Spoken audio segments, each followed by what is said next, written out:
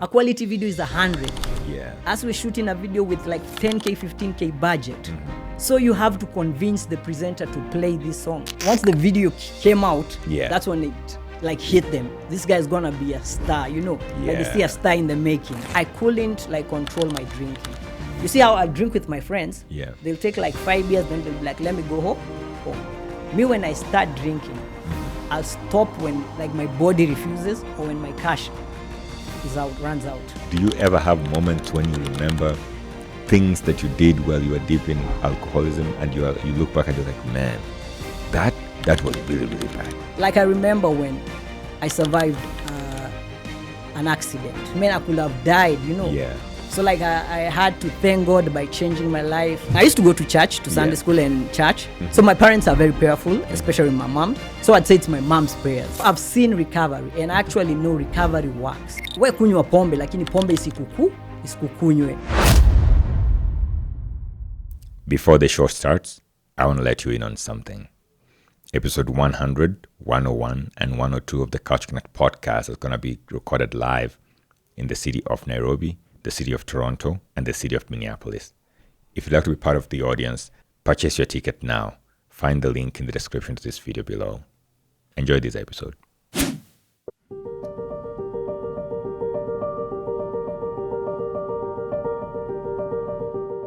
Jimwat. Yeah. Stoi kitu kidogo, bro. Inazema nene. You know what it is. Yeah, what it is, what it do. So, were you giving your experiences when you are saying Sitoi kitu kidogo, or when you're singing under 18? They were not my experiences per se, but experiences of my friends and my colleagues. Because I remember in Calif, we used to record, like Clemo started very humbly. Yeah. He used to record in his parents' house. So the parents were teachers. Yeah.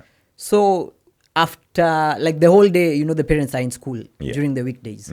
That's when we're in studio, like from 9 to 5. But after 5 p.m., when the parents come from work, they turn the studio, which was in the living room, to a tuition center. So you remember your setup ya wazazi? The parents were doing tuition at home. At home. You know, the teachers, when they teach during the day, Yeah. they do extra tuition for maybe the private kids now. Yeah, to make some extra money. Some extra cash. Yeah. So now the kids come after school to do tuition, like from maybe 5 to 7 p.m. Yeah. So the setup is like here.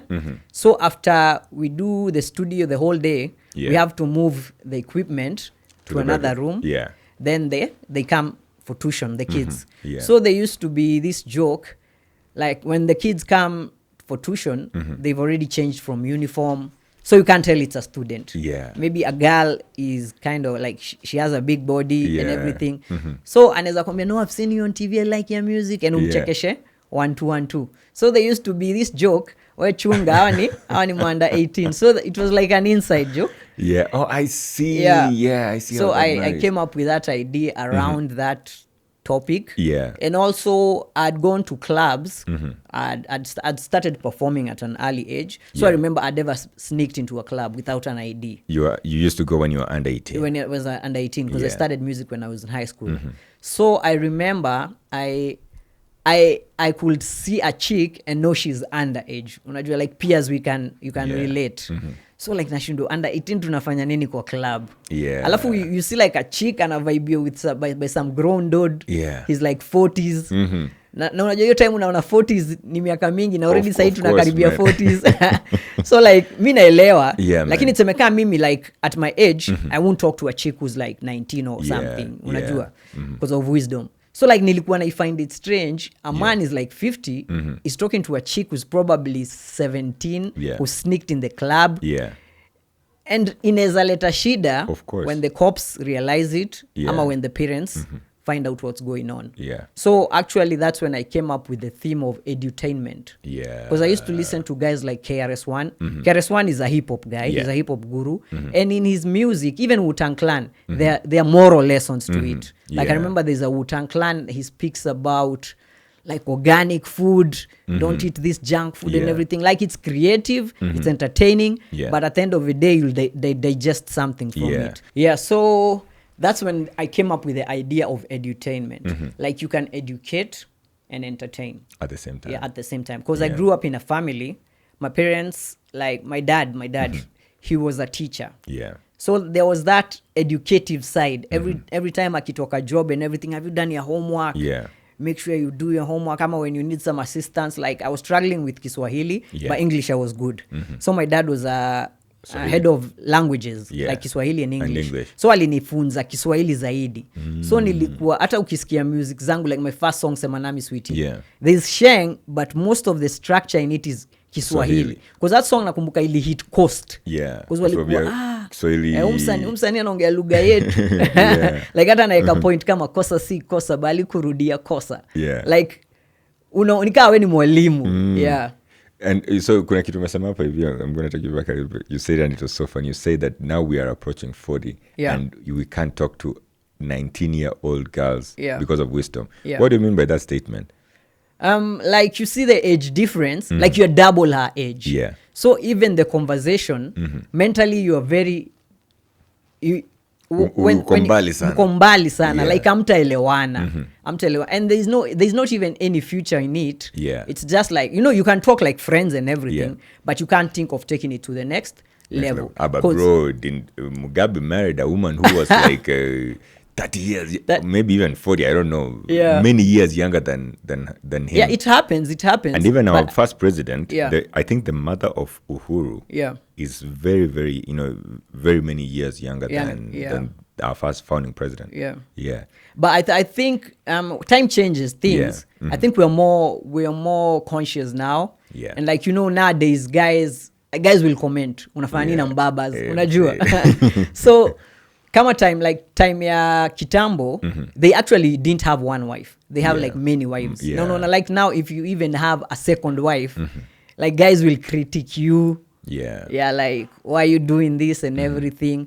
And basically, when you have like maybe 3 wives, the first one is your age. The second one maybe umemwachana 10 years. The other one is 20 years. Okay. Because unaona like guys. So your first one can't be like 20 years younger than you. Then it's strange. It's kind of, it's not normal in the sense like when you started dating, maybe like in either high school or university, you're dating someone who's in the same class with you, in the same age group. So if that's the person you'll marry, you see you marry her at maybe 25, she's probably 23. So you even your conversations and everything are in sync. But maybe once you grow older, like by 50, you've accumulated more wealth, you have more resources. Now the wife who's 2 years younger you need to add an assistant. You can add an assistant. Now that one is younger. But the first one mostly anakuwaga the same age or maybe umwachana 5 years max. And so what I was thinking is, why do you think men nowadays are shying away from marrying? I mean, I'm seeing, are you married yourself? I have a baby mama. Okay. So we separated. But we co-parent. Okay. How is co-parenting? Co-parenting is good. Okay. At first it was a bit tricky because, when you separate with like your first love or something, there are many emotions. So you have to focus on the priority. The priority is the kid. So whether you're angry with someone or she's angry at you, you have to set that aside and you focus on parenting the baby. Like if there are bills, you have to support. If you need to see the kid, she has to allow you and everything. The good thing, we didn't have to go to court or everything. We just have a mutual understanding. And I think that's beautiful, because when you have that mutual understanding, you don't get to put your kids in through so many shenanigans of back and forth. And that affects the kid. And sometimes I feel bad for parents, not parents, but for the kids who are in a situation where there's a lot of infighting between the parents. So but you have a very interesting story here, because you grew up in a family of where your parents are teachers. Both your parents were teachers, or my dad was a teacher, but my mom was a matron. Was a matron in a school? In a school, in a primary school. Okay. That's where I grew up. So you grew up inside a school? Inside a school. A school compound? Yeah, a school compound. So actually, it was a boarding and a day school. So like they're boarders and they're day scholars. Did you go to the same school? I was the same school, So you lived in the school, but you also went to the same school. But you were a day scholar. I was a day scholar, but now the day scholars, when it's home time, they're like, hata utokangi nje ya gate.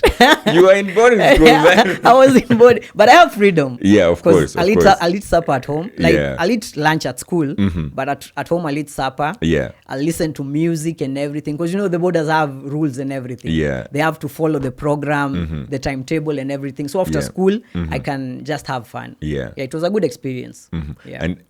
And so what's interesting for me here is this. So you start, primary school, you're living this boarding school. Yeah. Your mom is a teacher. Is a So matron. your dad is a teacher. Yeah. And you end up in music. Yeah. So your dad was a languages teacher, you said. Yeah, head of languages. What did he think when you start singing in high school? So actually, they didn't even know. You were doing it under the underground. Yeah, because what happened, I was in a boarding school. I was in a boarding school in Nyeri, Chinga Boys High School. Shout out Chinga Boys High School. My alumni waga ni mafan sana. We support each other. Great. Yeah, so we actually have a community. We're trying to give back to the school, like mentor the guys who are still in school. So after Chinga Boys, during Chinga Boys, I had a passion for music. Because the first time I ever wrote a song was in primary school. I was in Musagitao Primary School. So it's in Kikuyu, it's in the outskirts of Nairobi. Yeah. So I remember in class 7, there's a cool kid who transferred. He transferred from Hospital Hill.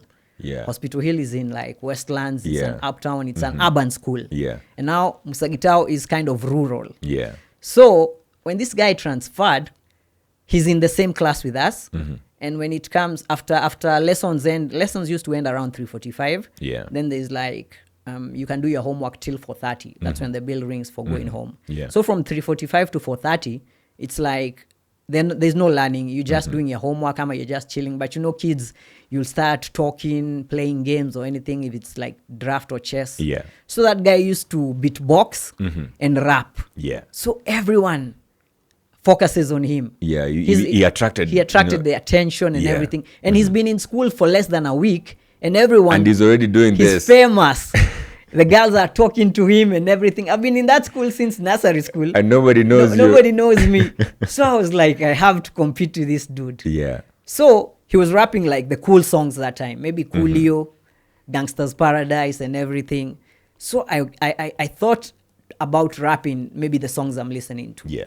But I thought how I can counter him is create my own rhymes. Yeah. So he starts beatboxing and everything. He raps. Then he asks, can anybody like challenge me? Like a freestyle battle. Yeah. Then I'd come up with some rhymes. I still remember them. It's cool, fool, bulls on my garden and made them as lay them and I know I'll make it. By the time I'm saying that, everybody's like, wow. Jimw. So but at this time you're not Jimw. I'm just James Wathigo. Yeah. Like they know me my government name. Yeah, until like, wow, you need Dobaya Nani. Like that song is ill. And I'm like, that's nobody's song. That's my own song. So they're like, no, I rapped it again. Yeah. Wow. The guys are like, but I've never had those lyrics. So they must be yours. Yeah. So now the attention shifted from him. It's called Moose. Yeah. We actually had a hip hop group with him after school. He was my good friend. Yeah. So I noticed, like when you're creative, you get all the attention. So that's when I started rhyming. That's when I came up with the name Jimwat. Because it was like... So you're Jimwat from primary school. Because he used to rap and he was like Moose. His name is Moose because it's called Murwa, but now Moose. So everybody was like, we don't have a stage name. You can't be at MC James or anything. Yeah. So I was like, James, Jim, Wathigo, Wat. So that's where Jimwat came from. And it stuck from class 7. Yeah. It's just it's basically your name. That's my name. Yeah. Like I didn't, I wasn't that creative to look at how can I come up with a stage name or anything. Like when I started rapping, I didn't even know like you have to have a stage name. 10 cents. Yeah. To 10 cents. Yeah. So like Jimwat stuck. So after primary school, I got to go to high school in Chinga Boys in Nyeri. Yeah. So in Nyeri, I could rap for the Form 1s. Yeah. But during our period, the millennials can relate. There used to be a lot of bullying. Like I remember the Form 4s, tulikuwa tunaita mabuda.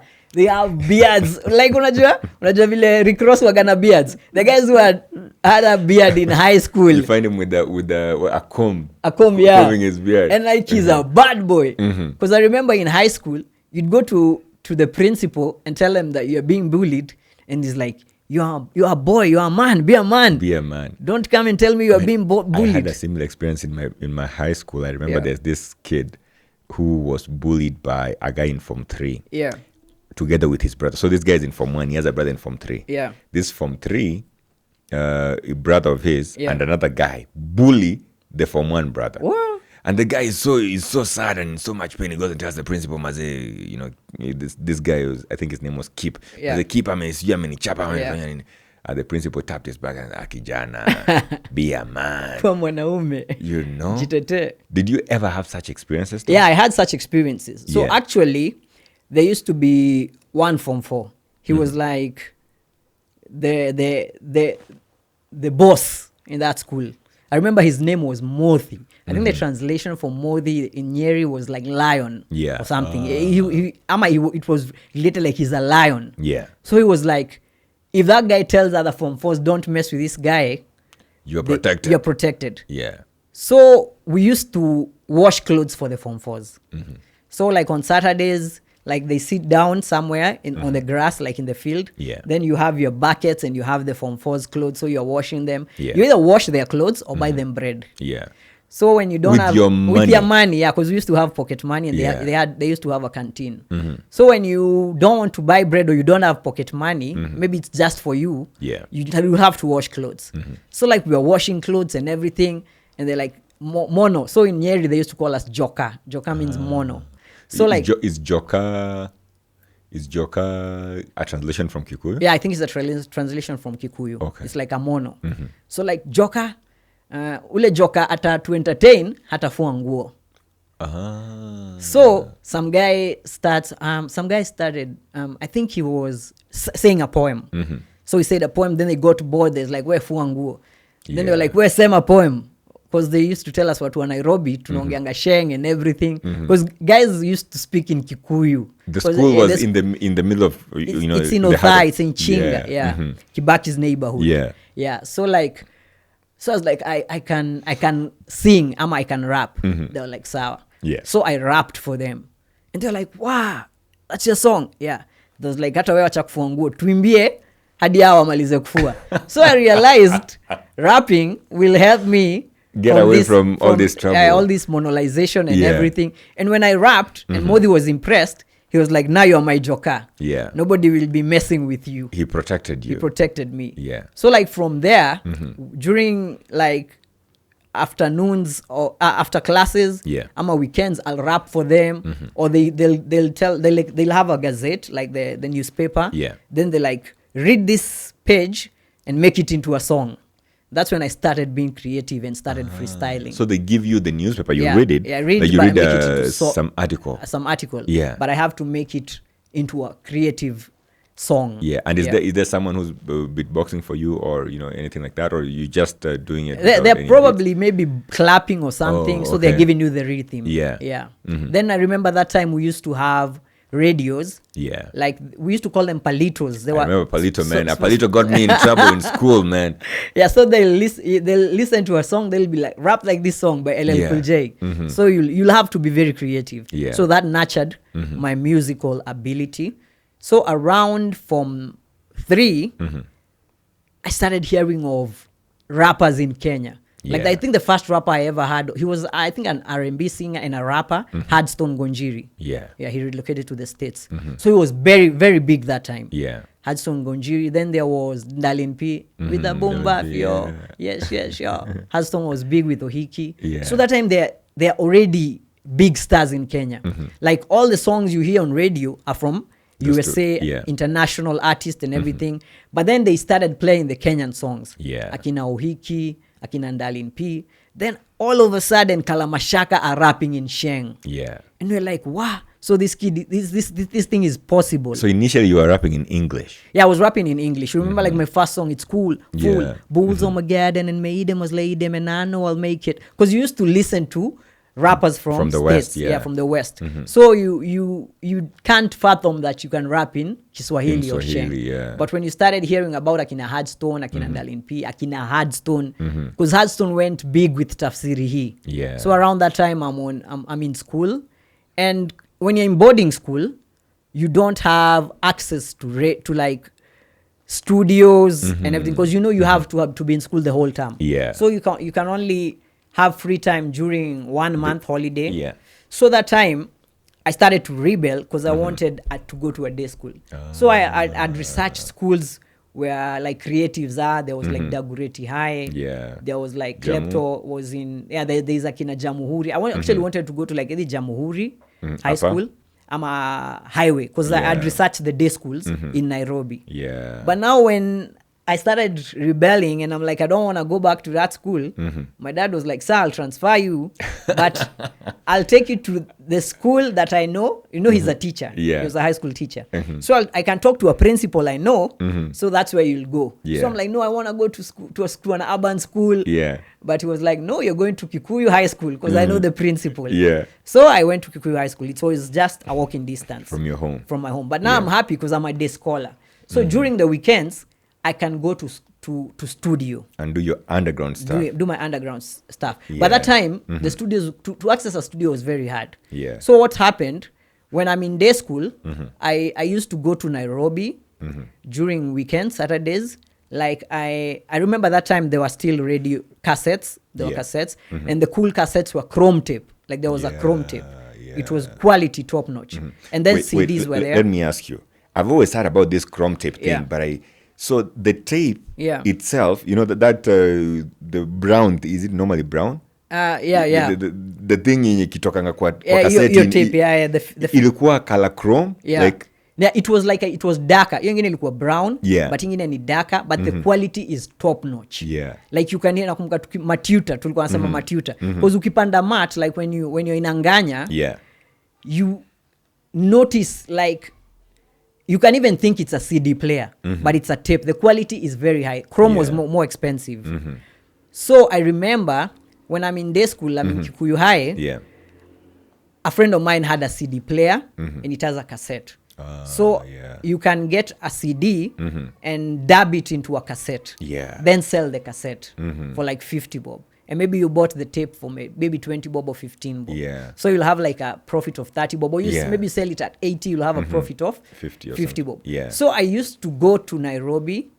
I ban like the latest songs. You say you used to go to Nairobi, like Nairobi was a distance away, man. It was like, Kikuyu now is near Nairobi because it's like in the Nairobi metropolitan. But that time it was like Nairobi was in Nitao. Because remember, your time ilikuwa time ya Kenya bus and everything. So you have to have fare. You have to go all the way to town. You do your shughlis, then you come back. Because I remember that time Nameless ndo alitoa ile song inaitwa Mega Rider. So Mega Rider actually was like a bus pass. You see like how you can buy like a train ticket.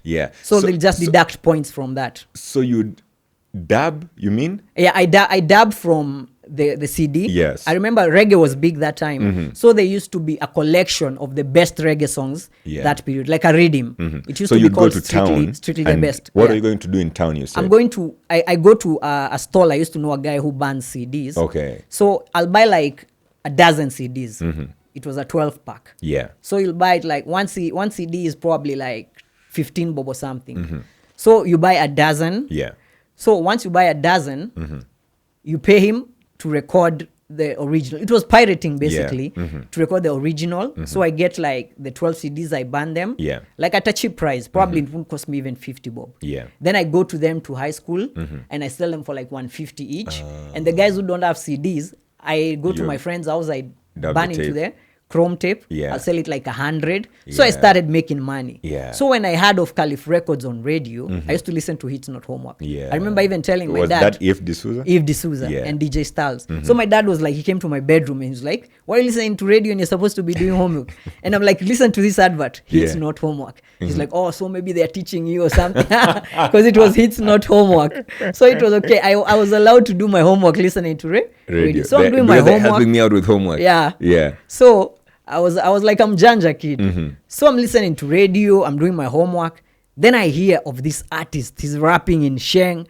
And it's way more, it's rough, like rough Sheng. Because I know Kalamashaka rap, tafsiri hii, maisha kule dini, mazi, tunalia tukitumia MIC. You see like Dandora, we used to fear Dandora, it's a ghetto, you know. So these guys are rapping in a different vibe. Because they're from Eastlands. So I remember the song was like, hizo vidole rusha, na kauwezi rusha uneza shoota. And we are laughing in the room with my bro and everything. We're like, this song is dope. So the guys do an interview. It's called Jua Kali. The Clemo is called, the producer is called Clement Repudo. Then there's another upcoming MC. He's called Nunini.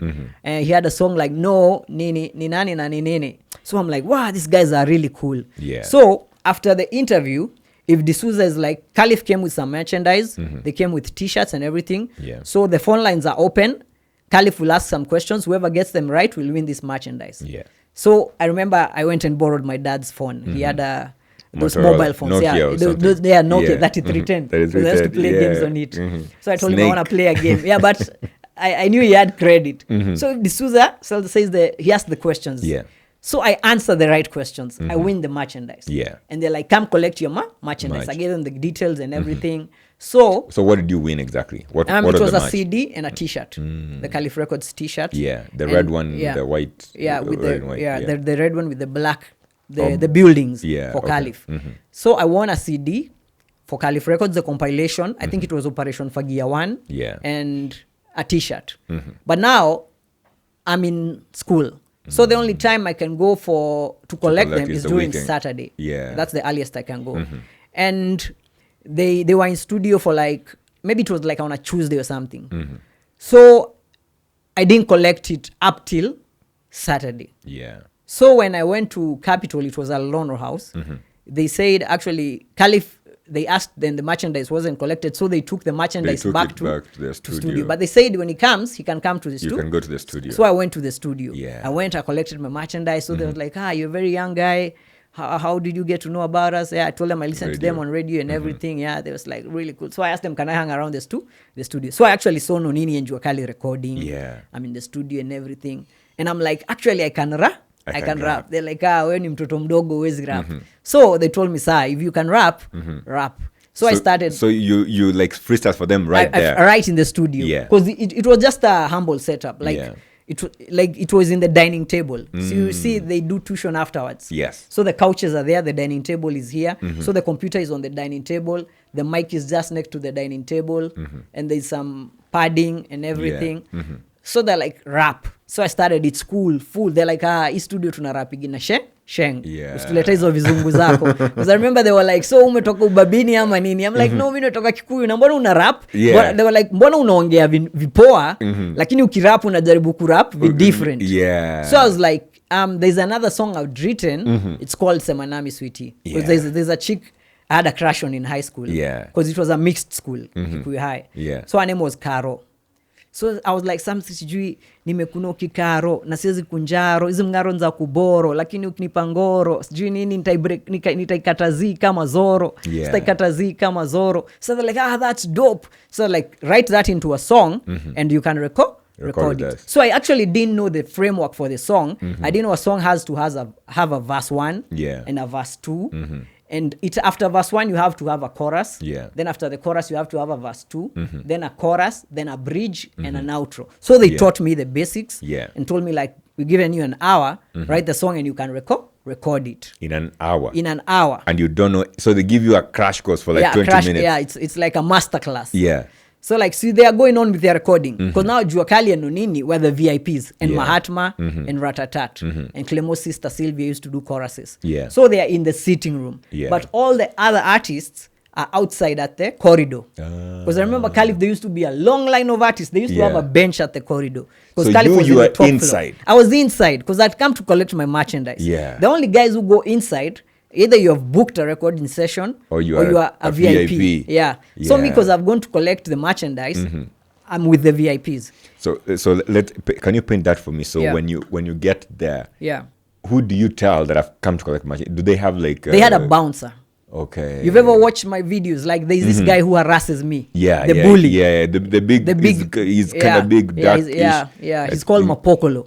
He's the Caliph bouncer. Because I remember I used to have a book. Like the 4-choir book, the ledger book we used to use in college. So if you have an appointment, your name is there and the time of the appointment and how much you've paid and your balance. but me cause so lazima upatie na balance kwanza ndio hata yeah. So nakumbuka mtu akiingia ulikuwa unakuja unaulizwa na mapokolo, so when msanii uko kwa appointment, used to be from coast, so alikuwa na hiyo accent ya coast, uko kwa appointment bana, kaa pale bana kama uko kwa appointment. So I came and I told them I've won the merchandise and everything. He confirmed with akina if D'Souza my names and everything, so I go to the VIPs. I chill with them. It was a good day because they're chilling, they're not like rushing me, and because I'm an artist, they're like, sir, you can chill because I actually won a competition, and they were like, you answered the right question, so you listened to the interview, you definitely have an interest in music. So when they're recording, I listen to how they're recording, I'm creating my rhymes and everything, so I went to the mic. And like, sema nami Streety, last time leliksoro maze, mambo ikuwa fiti, lakini sana hisi, bila we kizee, nitachizi. They're like, wow, that's dope. And like, you're getting co-signed by Juakali and Nonini. Yeah, that's what I'm saying. Juakali and Nonini are there listening to you. It's your first day my walking first day into the studio and I'm in Form 3. Man, what? It's like the you have these stars aligned for you. Yeah, like it was like asema mshukuru God. Like it was just preordained, you know. You did. I don't know if you are prayerful. So when you left home, were you praying like, God, take me there safely. Actually, let me get my merchandise safely. That time, you see, you're still young. I used to go to church, to Sunday school and church. So my parents are very prayerful, especially my mom. So I'd say it's my mom's prayers. Because unajua actually going all the way to Calif, I remember I used to have a crew. So remember I told you that guy who started rapping in class 7, Moose, he was my neighbor. So when we started rapping, by the time we go to high school, he actually went to Dagoretti High School. That's why I wanted to go to a school like, because in Dagoretti they are rappers and everything. So he used to rap very well, and he knows the rap. So we formed a group, and another guy called Maze, he's my neighbor, and another one called Mwas. So we used to have to be a group called Furthermore. So we used to rap during the holidays. We'd go like to Florida 2000. There was like a jam session. Like 16 years old at this point. But jam session was for kids. Because they didn't used to sell alcohol. It was on Sunday afternoon. So from 2 p.m. till probably 6:30 p.m. Like kids can come and freestyle and dance, but you can't buy alcohol. But I remember that time there was, like, you can sneak and go drink some alcohol at like these places. Because I remember there used to be brands like Pulas, Amarios. But that time we're still innocent. So I'm not drinking and everything. Because I remember when we went to Florida, it's like kids your age. High school kids used to go for the jam session. But when it ficas like 7 p.m., I remember the DJ in Florida used to play 18 and over. That song, go home to your papa, your mama too young to be my lover. So any time you kwenda home, go home to your papa, go home to it's time. So you exit and then now they open the club for the grown-ups. So I remember we'd go and register as Furthermore. We used to have a song called Furthermore. Furthermore, mini member wa Furthermore, mademu penda Furthermore, wakisikia Furthermore, wana wika Furthermore. Furthermore. So me, I didn't have the courage. So I remember Furthermore registered us to compete. There used to be freestyle battles. But I was too scared to go and perform. So they were like, where to Simsani, you see. So only your 3 friends, Mwas, Moose, and Maze. And Maze went by themselves. Yeah, but I didn't perform. But I cheered them. So they told me they won't kick me from the group.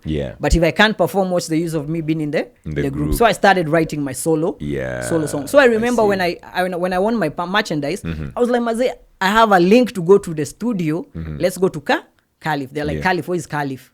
Or they hadn't heard about it? Yeah, they hadn't heard about it. No, I actually heard of Calif on the radio. And they probably weren't listening. They weren't listening because I'm listening in my bedroom. So the next day, I'm like, on Saturday, let's go to Calif. So they're like, where's Calif? Tell them it's in Isili. They're like, where unajua Isili vile ni Kungori? Mse utaenda huko urudi bila meno. Kila kitu, everything. So like they told me we can't accompany. So I went to Calif by myself. That's when my music journey started. And I remember when I rapped that song, Semanami Sweetie, it was like a demo, but I rapped it well. I didn't even have a chorus. Nonini helped me to come up with a chorus. And I didn't know they'll arrange it because I recorded and I had to go back home. So after like a week, they call my parents' phone. So I was like, ambia James, like, akuje studio. So like, who are they calling? Your father? Yeah, they calling my father's phone, because that's the number I'd given them. I don't have a mobile phone. I'm still in school. So your father is like... so he's like, what are you going to the studio? I told him I'm going to buy some merchandise or something. So he gave me fare and I went. So I started going to the studio. They don't actually know I'm recording. So when I went to the studio, I was very surprised. They give me the song. It's on CD. And I can't believe my voice is on CD. Not even tape, on CD. That's something big and like, in this time. Yeah, we've actually played this to some presenters. It's a very good song. We want to sign you in Califre Records. Yeah. Like, I wasn't even believing this thing is happening. So this is your second visit to Calif Records, and they're telling we're signing you up. Yeah, because they listened to the song, they arranged it. Because how I recorded it, I recorded it in gaps. Yeah. So they fixed the gaps and everything. They put the chorus, they put the bridge.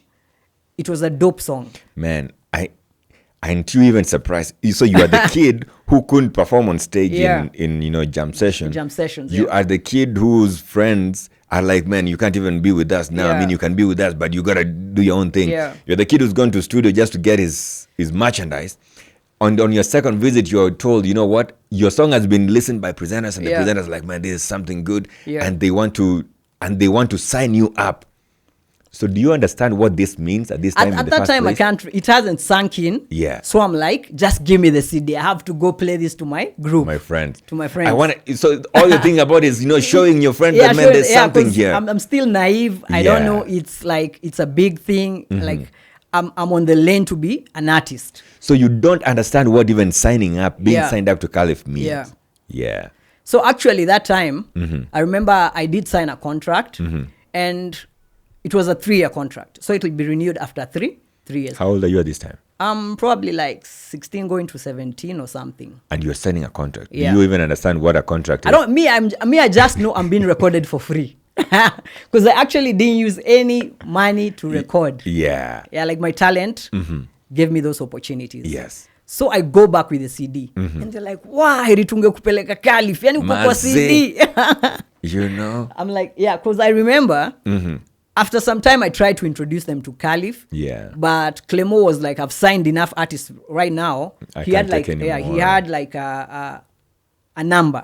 He like deal with like 10 artists for this quarter of the year. Yeah. Then after some time, he can sign new artists. Yeah. So like I told them, you can't be signed now, but they're teaching me how to make beats and everything. Because in the studio, now once you're a signed member, when there's no session, you can chill in the computer, learn Fruity Loops, play the keyboard and everything. So I'm learning to support my group back at home. Furthermore. So I remember that time, we got a computer at home. So I installed... Your dad got your computer? Yeah, I got a computer. Was it for you or just for the family? Okay. Yeah, for the family. Yeah. So I remember I went to Calif. I got a copy of Fruity Loops and Adobe edition suite, the recording suite and everything. So I'm like, we have to save money and buy a mic with Furthermore and everything. So I'm doing my recordings at Calif, and we are saving up to open a studio at home with Furthermore. And all this time, your parents don't know. They don't know. That you're saving up to even buy microphones. To buy a microphone. Yeah. So they don't even know I'm recording. So when my song got played on radio, I remember I was in Form 3. Yeah. Form 3 around Semanami Sweetie. So like I'm famous in school. Even the teachers know me because like radio was big that time. So I remember one English teacher, he was like, I hear you doing music, that's a good avenue, but concentrate on your studies. Yeah. So my parents actually don't know. They don't listen to radio, like our stations and everything. They don't listen to Capital FM. But when I got like my first video, it was actually played on TV. And your dad is sitting at home. Don't tell me your dad is sitting at home watching. We're just chilling. We're chilling. And they're like, what? Who is this? That guy looks like you. So that's when my dad, it hit him. He mentioned studio. So this is what you go to studio to do.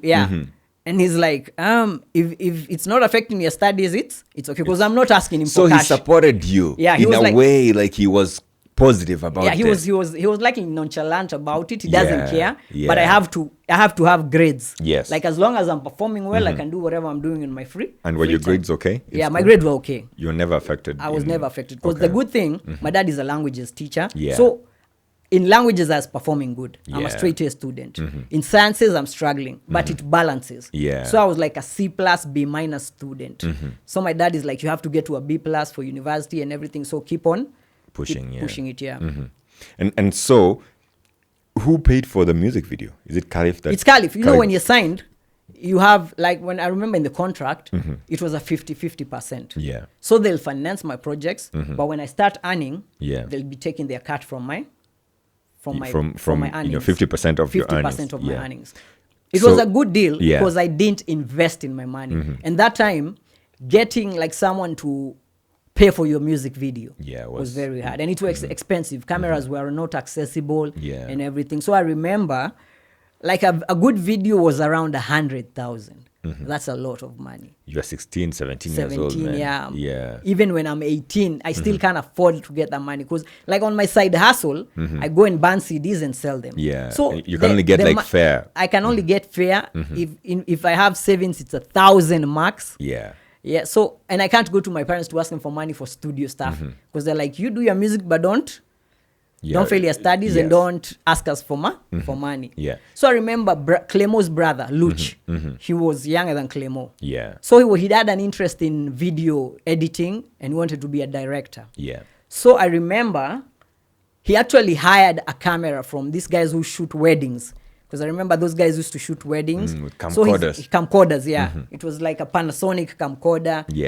It had a mini DV tape. Before the digital era. So the guy who shoots weddings, he actually is booked during Saturdays. So Luch, Clemo's brother, is called Charles Luche. Luch of Luche Production. Luch goes and talks to the wedding photographer, wedding video guy, and he's like, during the weekdays, can I hire your camera? You don't have you're not booked. Can I hire your camera and pay you this much? Bala camera tu kuka imelala, and I'll take care of it and I'll make sure I bring it back to you. So it's like, I'll come with you because I can't leave my camera. It's expensive. You do your sugly, you pay me this much, and you shoot your video. So probably he's hiring the camera for like 3K or 5K or something. So Luch actually asked Juakali and Nonini to shoot their videos. But they're like, which video have you shot? He's never shot a video. So they're like, so we want to see something. Yeah, we want to see something. So he had to start with the upcoming artists. I'm one of them. Jimwat. There was another group. It was a hip-hop group. They were called Smojis. They were very big in Eastlands that time. And in F2, they were superstars. Like, they used to be performing jam sessions and everything. So I remember Smojis used to have a song, Hawezi Toboa, Jopoa, Hatko Tuna Yokoa. It was a hip-hop. Like, they are grimy, you know. So Luch first shoots the video for Smojis. Because you see, Juakali and Onini have to see Luch's portfolio. So he has to start from somewhere. Shoots a video for Smojis, and it does well on TV. It's actually played on TV. I think it was played on The Beat. And that time, The Beat was big. You might not have this information, but how does Luche get to do this? First of all, I didn't even know he was Clemo's brother. I mean, I know Luche Productions, but I didn't imagine that was Clemo's brother. Anyways, so how did he get to know how to do this? Did he have any training? He taught himself. Okay. Online. Like YouTube tutorials. And he has an interest. So he actually used to go for the guy who does the wedding recordings. He'll actually go with him. He learned from him. So he's like, I'll hire your camera next week. Can I join you and see how you shoot and everything? Then he sees him editing. He tells him you can edit with Adobe Premiere, After Effects and everything. So most things he's learning online. And you see, he's from a humble family. There's no internet in the house. He used to go to like CBD. To the cyber cafe. I remember there's the buildings in man, I forget the names, but anyways. There's a cyber that was in CBD, just opposite Hilton. That's the one I'm talking about. That's on 5th floor or something. Because I remember they used to have an offers during weekends. I don't think, I think it was either Saturday or Sunday.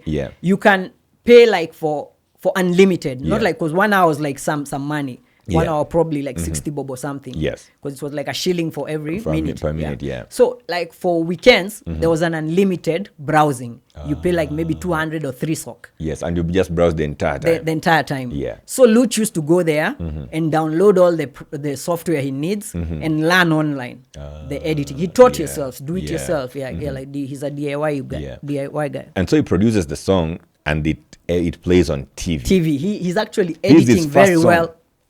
Smudges was his first song. And it was being aired on TV. It got aired on TV, like the big shows. Because I remember the big shows that time was The Beat. Then The Beat on NTV. H2O was there? No, they were Straight Up on Straight KTN. Up, yes. Then on KBC, they used to have Mizizi. Yeah, Mizizi was actually old school. Because I remember the first artist got played on Mizizi. Yeah. Akina Abbas and Bamboo, K-South Flavor, Gidi Gidi Maji Maji. So Luch's video gets played on TV. Yeah. So that time actually the Beat is the biggest that time. So when the Beat played it, akina Jua Kali are like, Luche kumbe unaweza. So they're like, Sadu job ingine, si tunakuwa, you're on our radar. Yeah. So he's like, Jimwat, see you have Semanami Sweetie here. You mind if we shoot a video? I'm like, yeah, let's shoot it because I don't have a budget. So we gather resources. I have some pocket money. We buy some stuff, nini. Yeah, clothes and we chains buy, and stuff. That time it was just clothes and chains and bling bling and everything. Yeah. So we got friends. Like I used to know some. I already have a fan base that time. So I used to have some fans. Like they used to live in a market neighborhood in Ngong Road. Yeah. I remember her name was Angie. She's in a group of schools. Yeah. Like she's a cool kid. Because I remember she went with my CD to her school and she's like promoting me. She was like, can we shoot our video in your crib? She was like, sawa. So we come with Akina Luch one day. Yeah. We shot the video so in the neighborhood. How does she get you permission to shoot in her crib? I mean, you were in high school. I'm in high school. She has her mom. She's like, I'm a friend. The mom was supportive. She was supportive. Yeah. And like, she's like, as long as you don't mess up the house and everything. And mostly the video, the script was outside the house. So we need like a setup for a house. Like I'm writing. You can watch the video Semanami Sweetie. It's on my YouTube channel. Yeah, man. Jimwat Folks, go and check it out. Yeah. I'm going to put Jimwat's links to his socials and his YouTube on the description to this video. So if you haven't gone there and checked it out yet, go there right now and check out Jimwat's work. Yeah. So like Semanami Sweetie, the storyline, Luch came up with a script because mostly he's like, write for me the lyrics. I write the lyrics. He internalizes the lyrics. He turns them to a script. We like collaborate on writing the script. Yeah. Because I'm also a creative in the input. So the videos normally had like a proper script. It had a proper script. Luch, when he goes to the cyber, he's researching the Hollywood directors. You see like how we watch a movie like a fan. Yeah. When he watches a movie, he's watching it like a director. Yeah. Like this angle, this is how he edited it, this is what he does. Like he has that in his mind. Yeah. So he has the idea of how the video will be. So when he's telling me, like, write a letter, look at this frame of a photo. Because I remember he put a frame on the dining table of Akina Angie's house. Shout out to Angie Nayoma and Manu, his brother. They supported me from day one. Yeah. So I'm writing a letter, Semanami Sweetie. You see, Semanami Sweetie, last time Vlelim Cheki, that was the script. Yeah. So there's a frame. We don't have the picture for the chick I'm writing the letter to. Yeah. But Luch just puts a frame. He covers it in green. He's already visualized it's a green screen. How he's gonna edit. I don't even know. You're just seeing a green frame. And I'm writing a letter. Yeah. He comes, he's zooming. My handwriting was actually in the video. Yeah. Then he's like, I'm doing some shots outside the house on a street with some of my peers. Furthermore, we're actually in the video and some boys from my hood. Yeah. So like when he edited the videos, like this guy is actually, he's very talented. He knows what he's doing. He knows what he's doing. Because when I'm writing the letter, the frame actually had the picture of the chick who's the vixen. Yeah. So like the video was actually very creative. It got played on TV. Yeah. So Akina Jua Kali have been watching Luch's moves. So you're going to tell me about Jua Kali. Let's go back here a little bit. Man, something very big has happened here. You've made some massive move by shooting this video. Yeah. So what happens to your street cred, man? In your neighborhood? Yeah. In your school, Kikuyu High School? Yeah. Kikuyu High School is the name? Yeah, that's the so name. what happens? How are you treated Now, of course, they've been hearing you singing, but now when they see the video, once the video came out, Yeah. that's when it like hit them. This guy's gonna be a star, you know. Like they see Yeah. a star in the making. Because now what happens is like even the guys who weren't on your radar, when they're at home, they see you and they're like, this guy's from our school. And like Yeah. guys are like, no, that can't be true. Because you Yeah. see, Kikuyu is in the outskirts of Nairobi. I'm already embraced by the Eastlands guy. Yeah. And Eastlands is the hub of entertainment.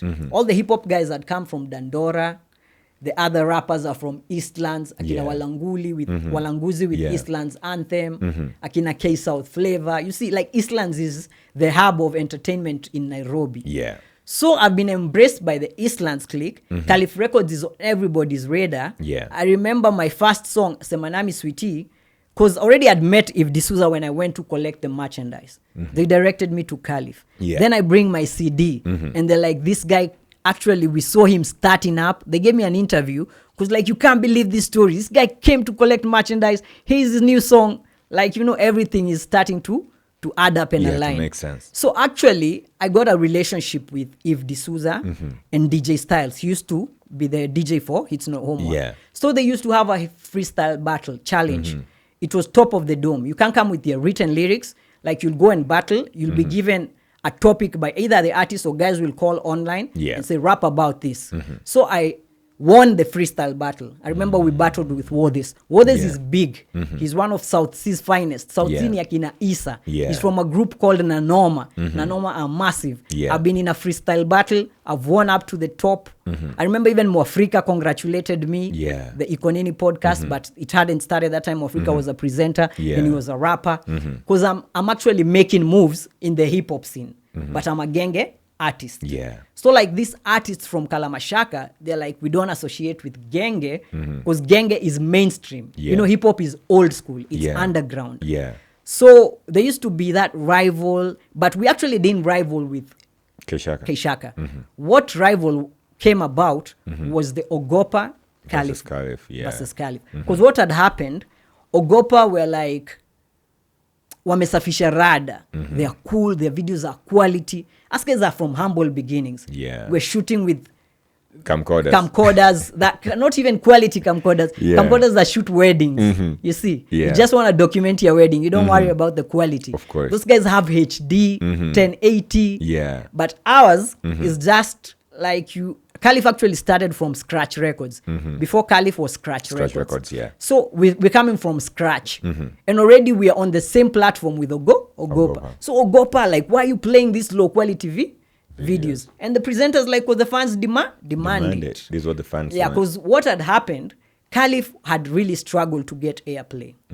So what guys like Juakali and Nonini did, they thought of a plan to hit the streets, so that once you hit the streets, guys will demand you on radio. Yeah. Because I remember that time, guys used to request on SMS and The call, songs they want to play. Yeah, call on radio. Yeah. So if the presenter doesn't play a song, and guys have requested it a lot, and the the manager of the show is like, why are you not playing this song? Yeah. You have to play this song because it's been requested. How much control Yeah. did the presenter have over what is played?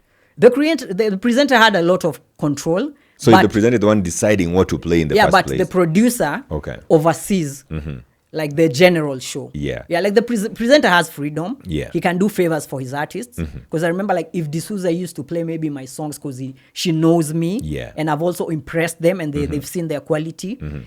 And now the once you play a song and the feedback is positive, they'll Yeah. play it again. Yeah. So Nonini came up with a plan. He coined a name. His name is Hubert Nakitare. Yeah. So he called himself, his nickname was Habo. Before even Yeah. Nonini, like He's guys who Habo. know him on a one-on-one, call him Habo. Yeah. So his name was DJ Habo. So when he makes a mix CD, because that time Nganya was big, like it was Yeah. big like it Yeah. is now. So he'll distribute like CDs for free and give them to Matatus. Yeah. So the Matatus will take the CDs and yeah, play they're like them. they're free CDs. Yeah, we Yeah. can play this. So what he'll do, he'll like put the 50 Cent songs, then he'll mix a Caliph song. Yeah. He'll put a Jay-Z song. He'll put a Caliph song. He'll put like a hip hop song. He'll put a Caliph song.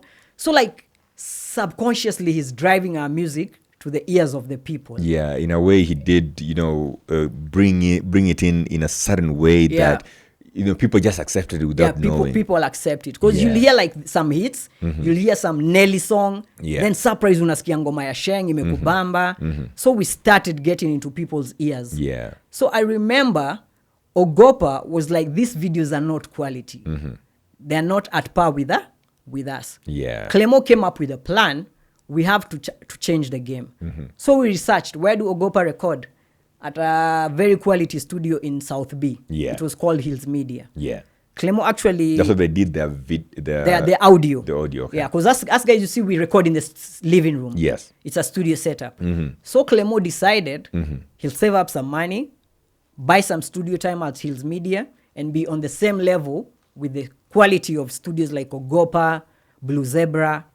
Because now the issue is like some presenters are like, we can't play these songs because they're not as quality as these other songs. Yeah. So we started to go to record at Hills Media. Yeah. So now there's no comparison.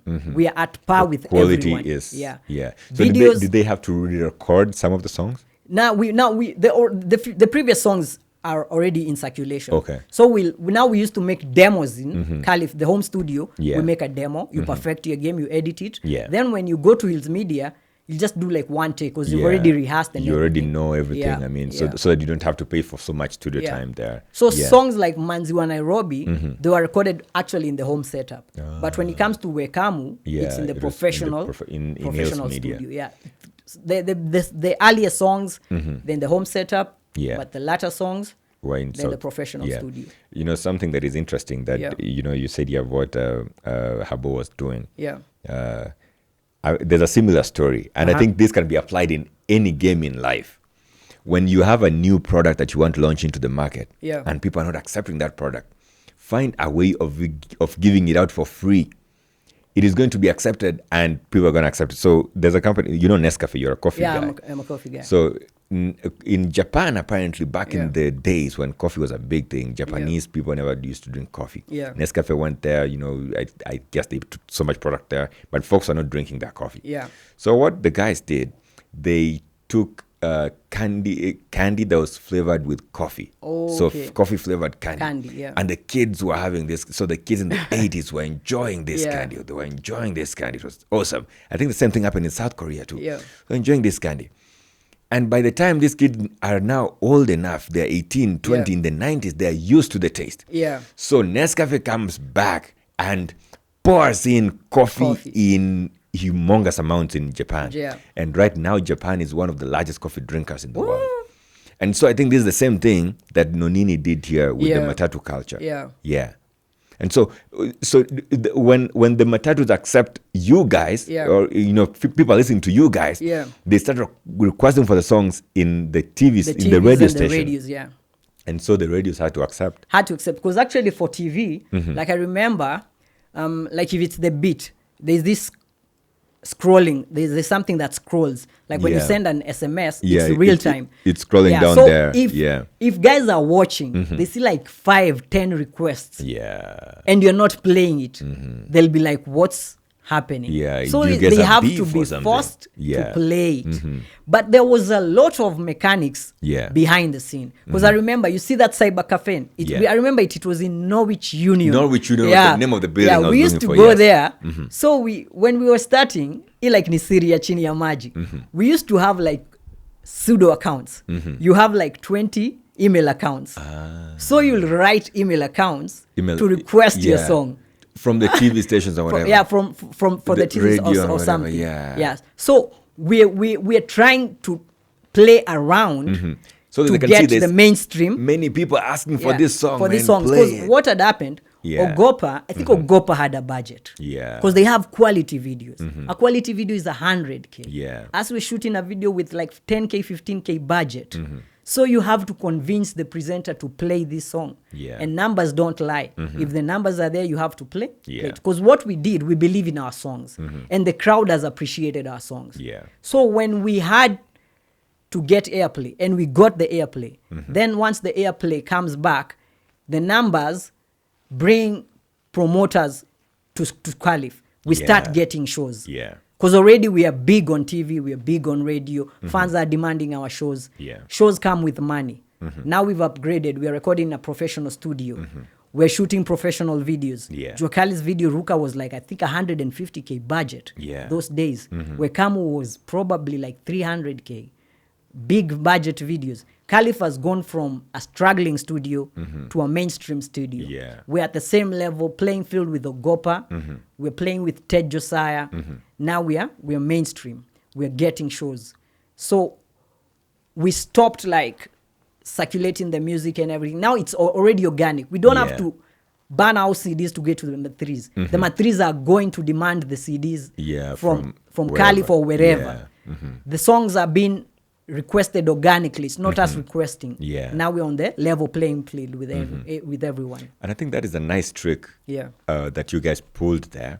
And maybe a lesson for folks to know as well, that sometimes even when you're not accepted, you got to find ways of becoming accepted. When you are trying to get somewhere, when you're trying to push yourself into a certain playing field or be known in a certain way, sometimes you can't just sleep at home. Because when you think about it, man, if you decided to just be sleeping at home and be doing this in that way, I think it is very possible that you guys will never have grown to become as big as you guys became. That's very true. And I think this shows that you always have to keep pushing. You have to keep pushing. Because like once I got to know of Caliph Records, you see, like during Saturdays when you're in high school, probably you just chill with your friends, you play soccer. If you have a bike, you ride a bike. But now I've already been instilled this discipline of going to studio every weekend. And already I'm learning the hustle. Because I remember Nonini liked the fact that I ban my own CDs and go and sell them. So he was like, come nikupeleke mradi fulani. Caliph Records is just near Pumwani, Caliph Estate. So from Caliph Estate to Gikomba, it's a walking distance. So one Saturday, Nonini tells me, accompany me for my hustles. We go to Gikomba. They print T-shirts. It was it's called screen printing. Before the digital era. So he has this logo. He actually designed the Caliph record logo. The red T-shirt with the buildings for Caliph. He designed it on his computer. So he goes with the design. He prints it on screen printing. Like probably it'll cost like 150 or 200 shillings. Maybe the whole price. A T-shirt is like maybe 100 shillings. I'm at 200. The printing is like 100. So it's like 3 sock max.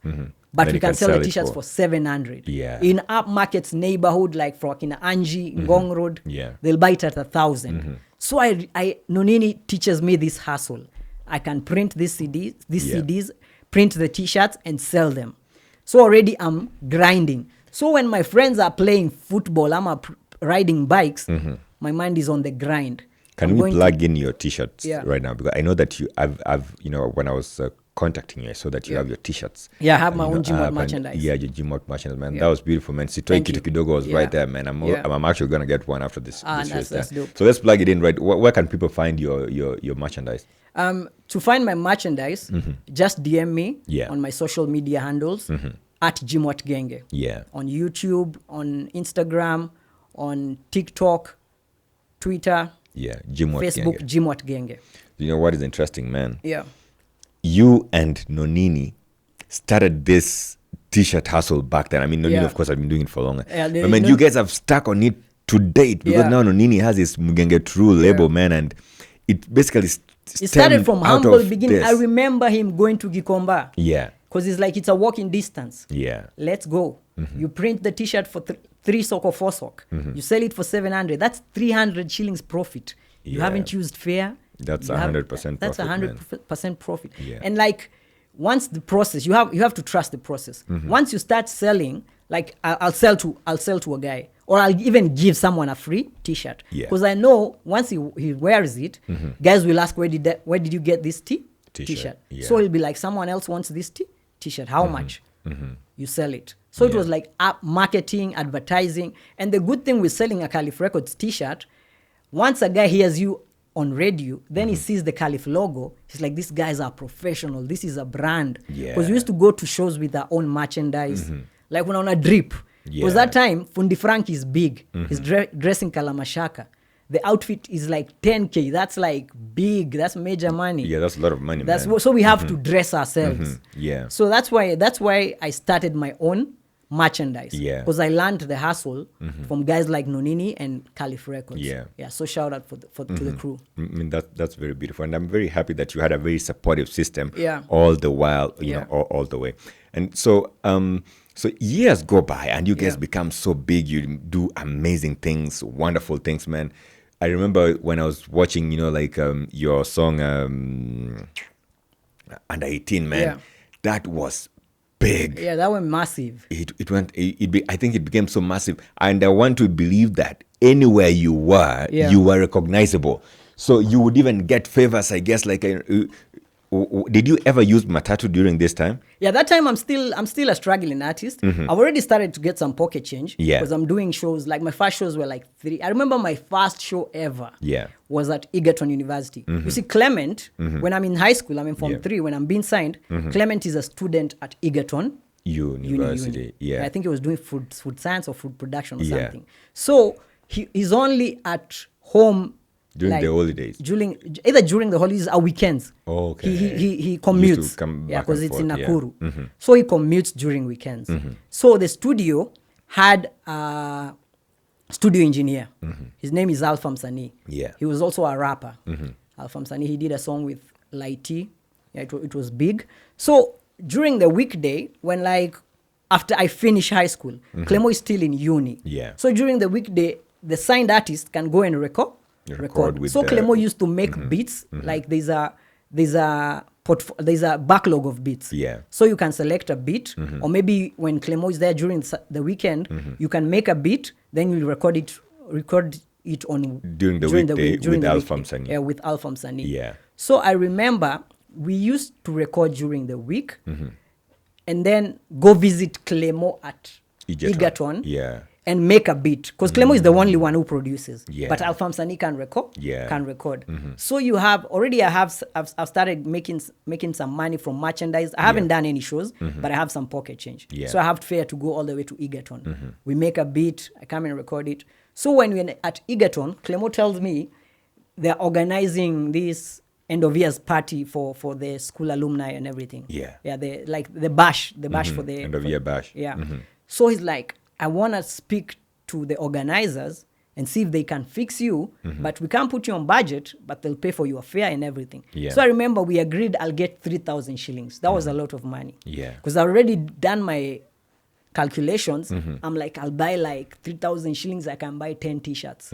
10 T-shirts and print them. Yeah, that's 10 T-shirts. I sell them each at 1,000. That's 10K 10,000. clean. Yeah. So even when they're telling me they'll give me 3K, you're doing the my math. mind is like I have 10K already. Yeah. So I accepted the show very gladly. Yeah. I go and perform the song. That was like one of my hardest show ever. Because the big artists are Nonini and Juakali. Yeah. So the guys, the MC introduces me. Before Nonini and Juakali, there's this upcoming artist anaitwa Jimw. So guys are like, mbona tuone upcoming artist, si tunataka master? Yeah. Master. So the rule was I have to stay on stage for 5 minutes. I only have like 1 or 2 songs. Yeah. So I have to perform the whole 2 songs. I'm a half the song. Yeah. Because I'll be paid if I stay on stage for 5 minutes. So when I'm performing, some dudes are like, no, ega no, Man, isn't that painful? It's pain. That's why I'm saying it was a hard day show. Because I've Yeah. never experienced, thank God I've never experienced that again. I pray I never experience that again. Yeah. But my mind is like, hata si 3K ni 10K wake up by Yeah. stage.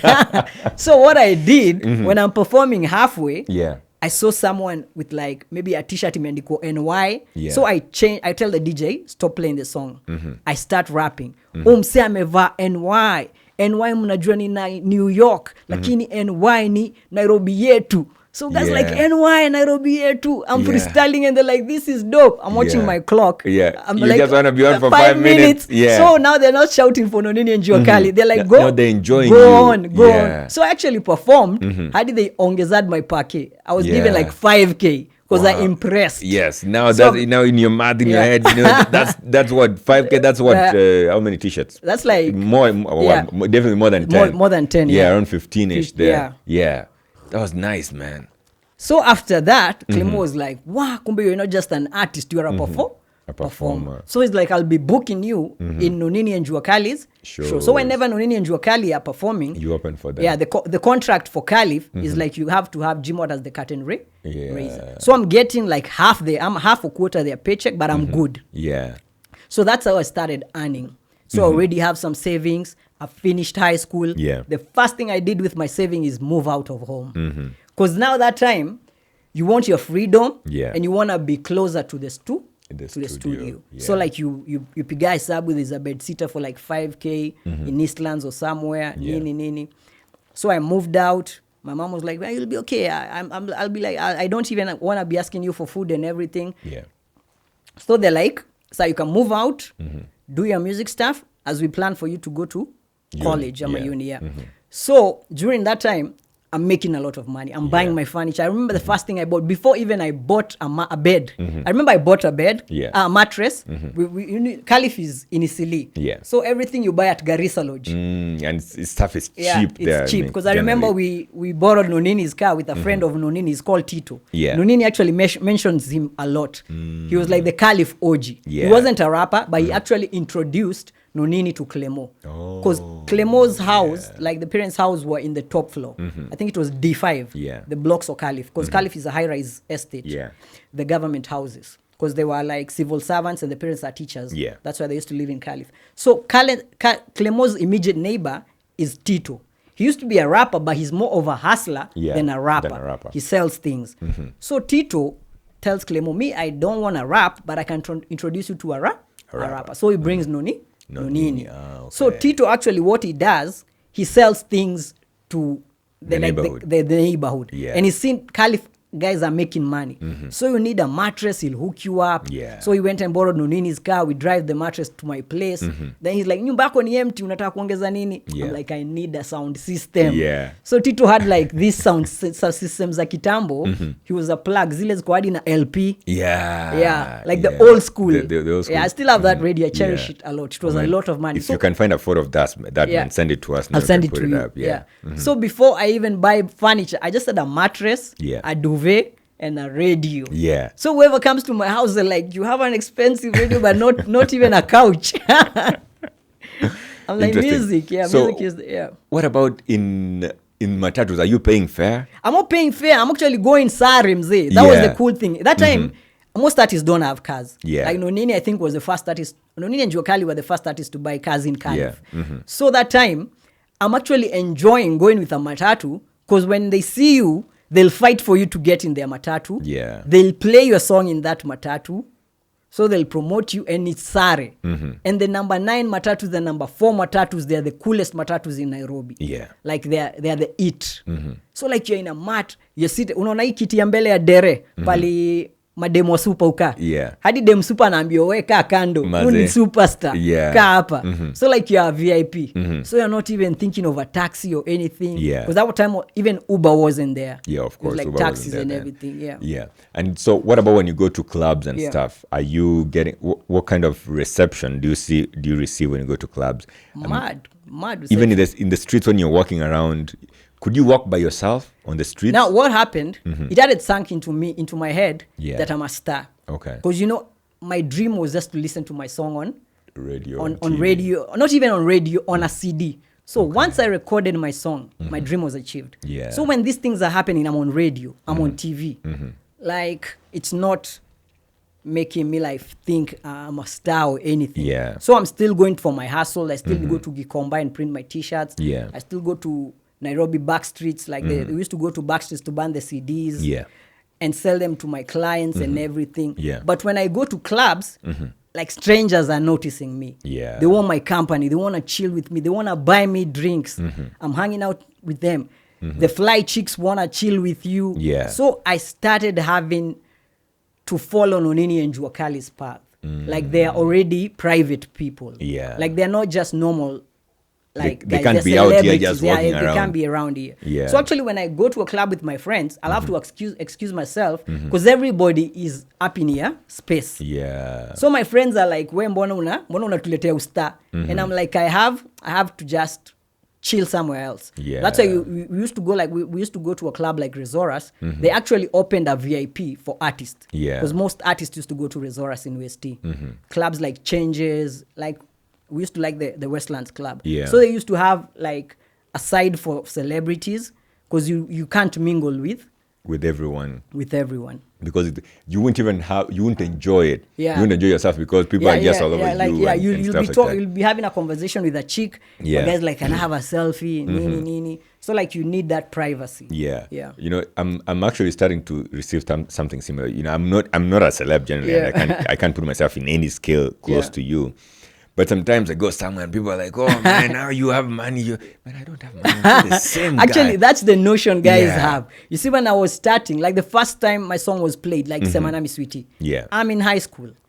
So like during break time, all your friends are like, buy us snacks. Yeah. And that time I haven't even started earning. My first show came years after in Egerton Uni. After you were done with high school. After I'm done with high school. So the only money I have is when I sell CDs, sell merchandise, but I haven't started earning. So that time fame didn't equate monetary. Yeah. It was just you're famous, but your pocket is dry. So whenever you go somewhere, guys like atuachia ya macho. Because actually Caliph used to have these guys who chill at Mabez. Mabez ilianza hizo era za Caliph. So guys chill somewhere. So ukipita, wako like, wetu achie za macho. So you have to have some loose money, some 50 bob and everything. So you have to have multiple hustles. That's why I learned the grind. Did it ever stress you that you have a very big name, but on the other hand, your pocket is struggling? Yeah, it was actually very stressful because now what had happened, like you'll go to a club. Yeah. You'll go to a club and you see the prices, like the cool clubs, drinks are like 300, 400, 500. So you'll have to go to a cheaper club. Yeah. And like fans will be like, what are you doing in a regular club?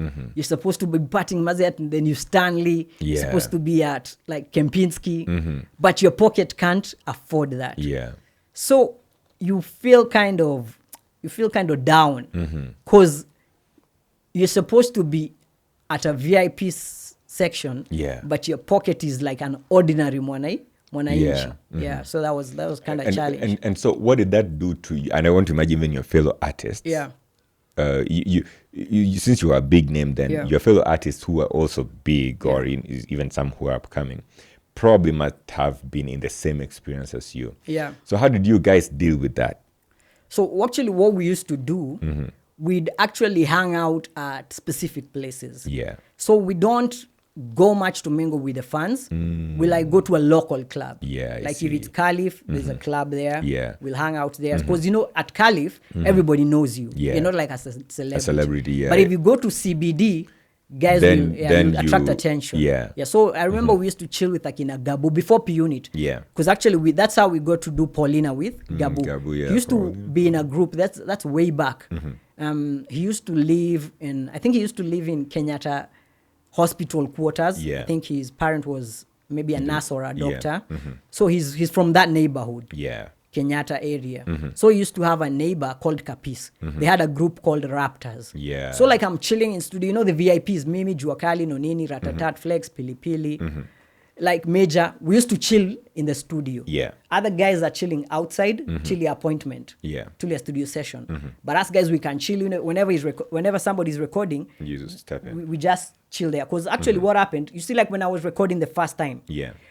Nonini guided and me to how to write a chorus. Juakali was like, change language, achizo vizungu mingi, eka sheng hapa. Like you'll guide an artist. Yeah. So like most upcoming artists, they're very naive when they see you in studio. Yeah. But when you correct them and encourage them, you give them like a morale boost. Yeah. So they'll appreciate when you're recording while they're there.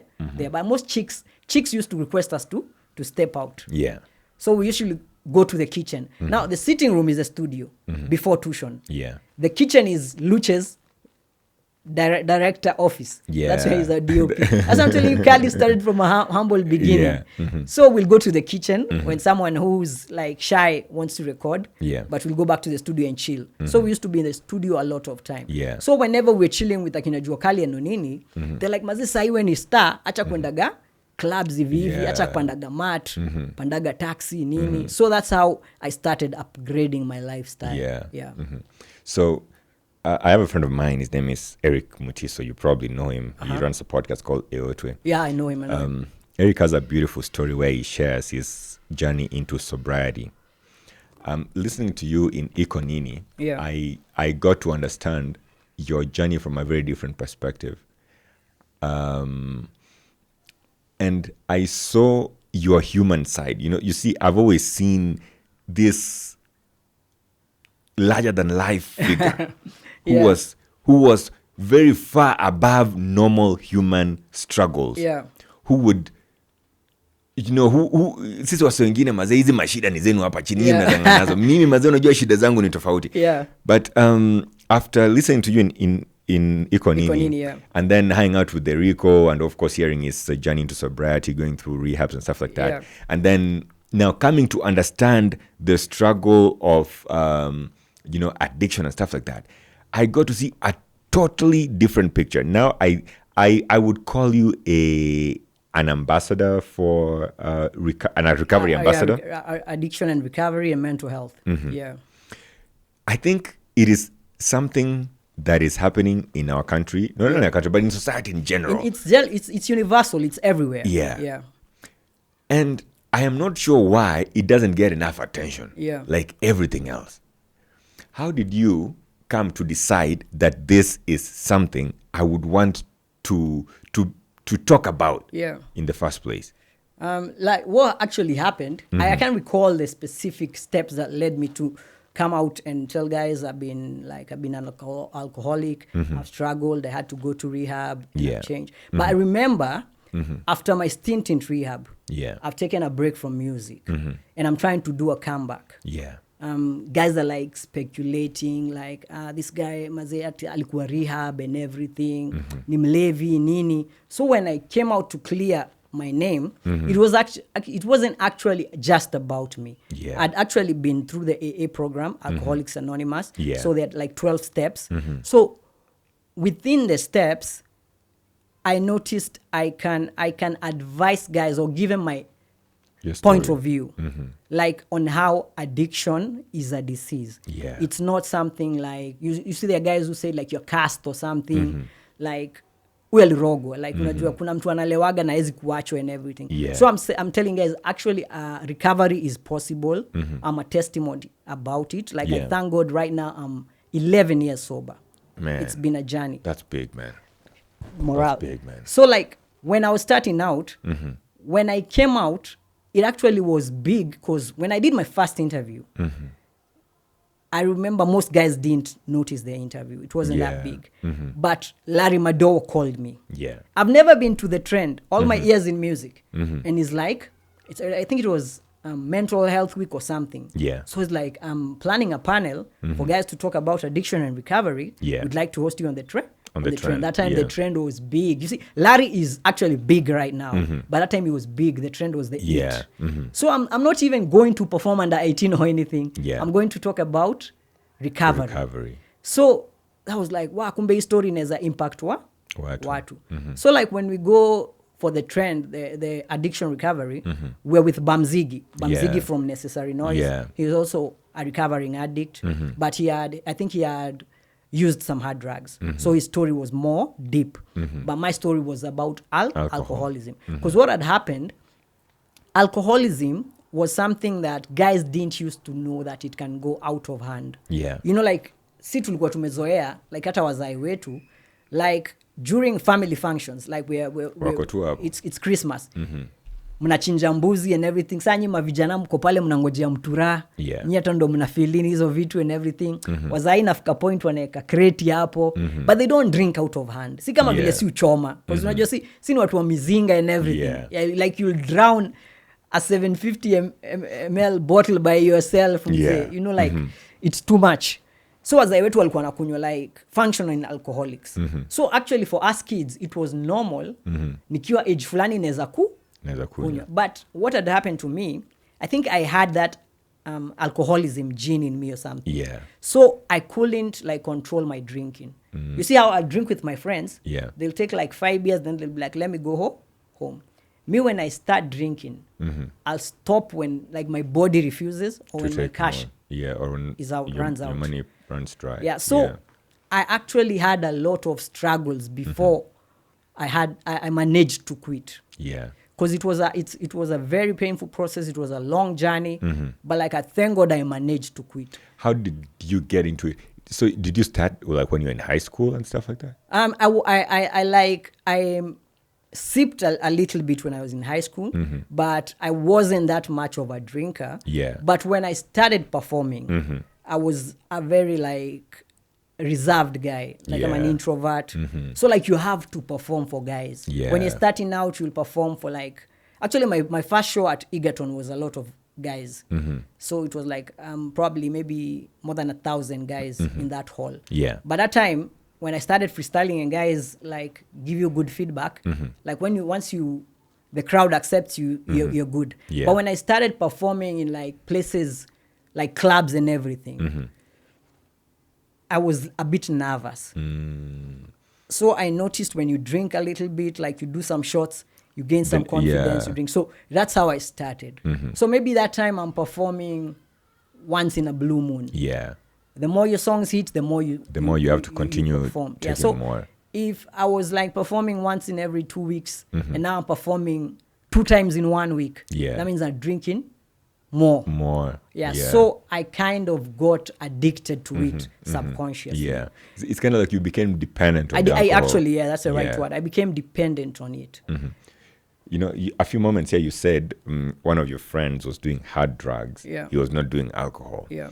And I think what we were trying to say here, or even what the world knows, hard drugs are even more are they're called hard because they have more adverse effects. Yeah, the more adverse effects. But I think collectively, alcohol has more adverse effects than hard drugs, even combined. And the reason why I say that is because alcohol is very available. Yeah, it's very accessible. It's accessible. Literally, my 2-year-old daughter right now can get access to alcohol if me as a parent was careless or something. You put it somewhere you haven't locked the place. As opposed to hard drugs, which are not only expensive but also sometimes they're hidden. You can't do them in public.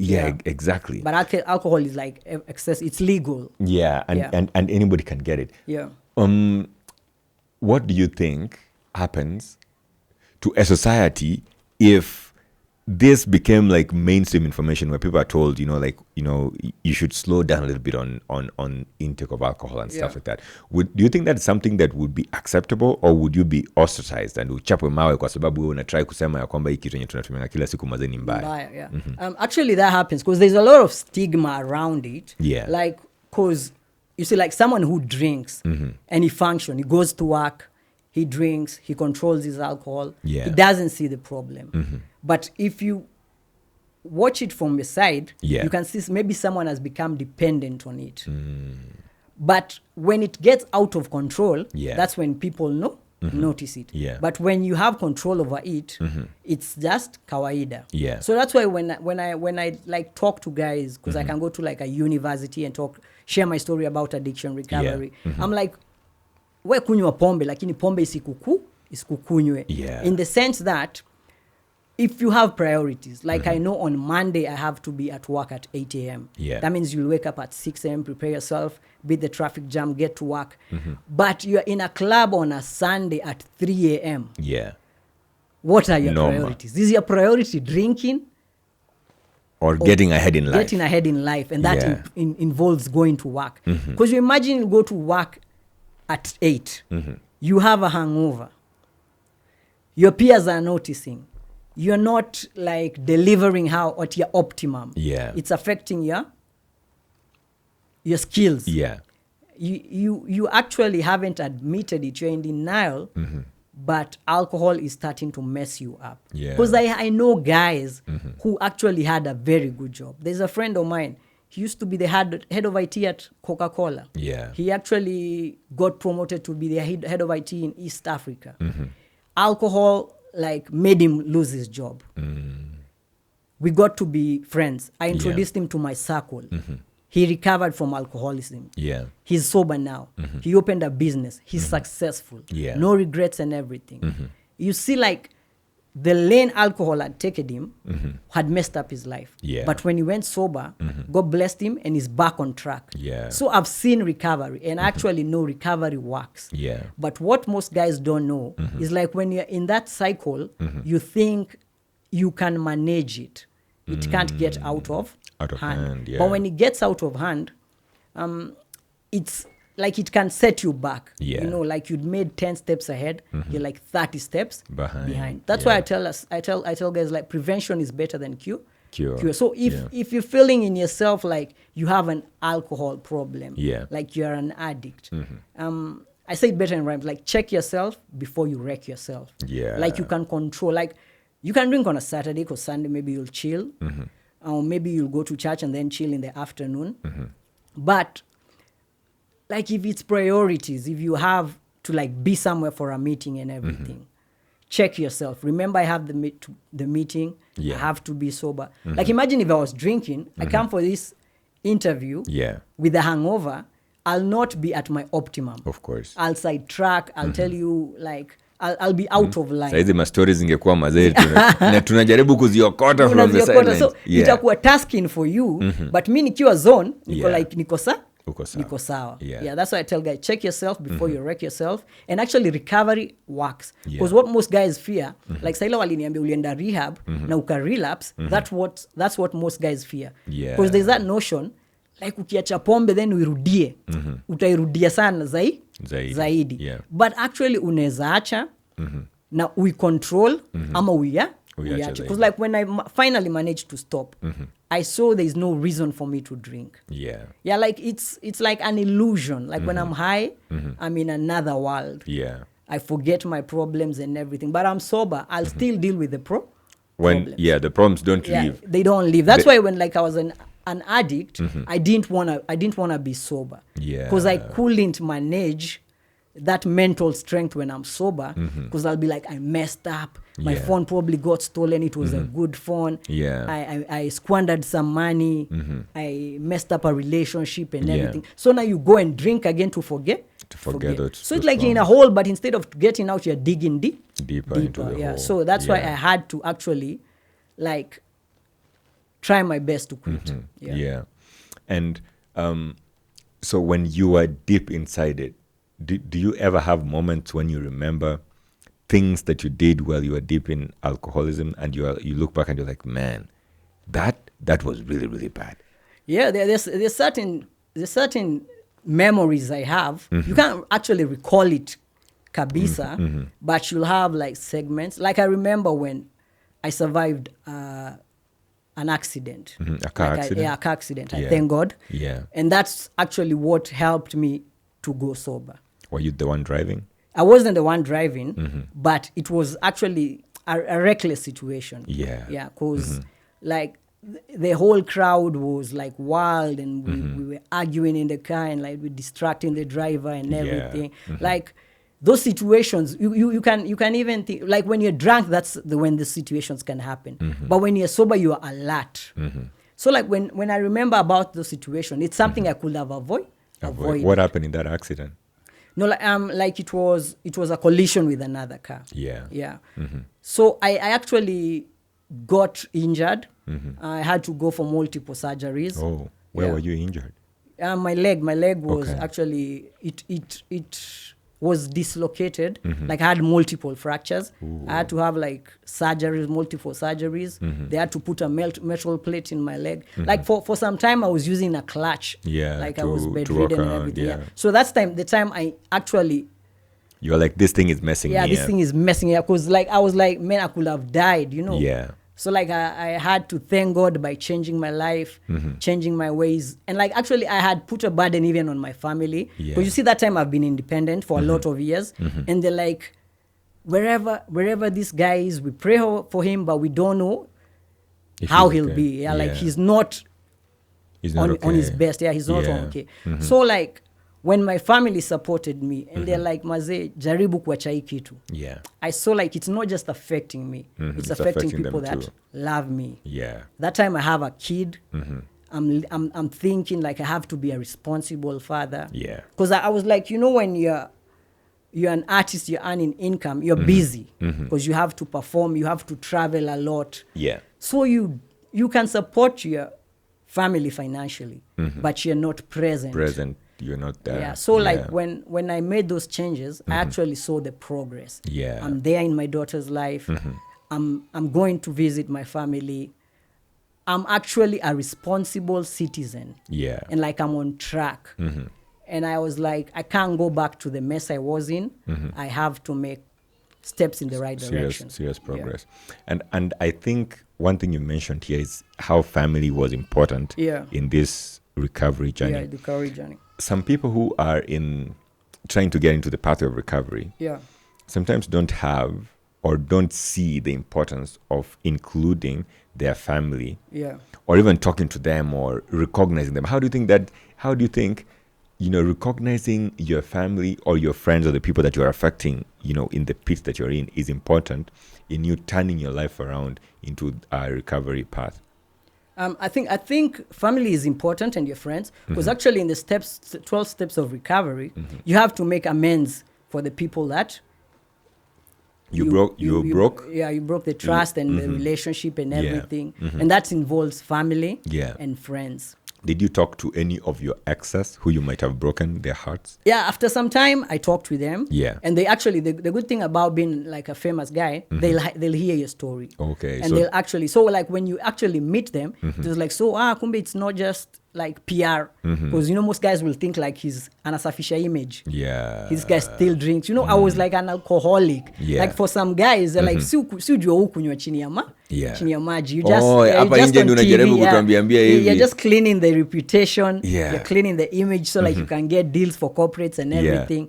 But when you meet a person and like you chill with them. Yeah. And they're like, this guy is actually really sober. They'll be like, actually, I need you to give me like steps to how I can actually be sober. Because most of my friends were actually alcoholics. And they're trying to get out of that system. So I'd give them pointers and everything. Some exes are like, you're actually a really good guy right now. Like you were really messed up that time, you see. So I made amends and it was good. And it's good to make amends and like, it's more of actions speak louder than words. Yeah. You don't even have to tell someone. They'll see it. Yeah. Itajionyesha yenyewe like in the way you act, the way you speak. The way you act and everything. Yeah.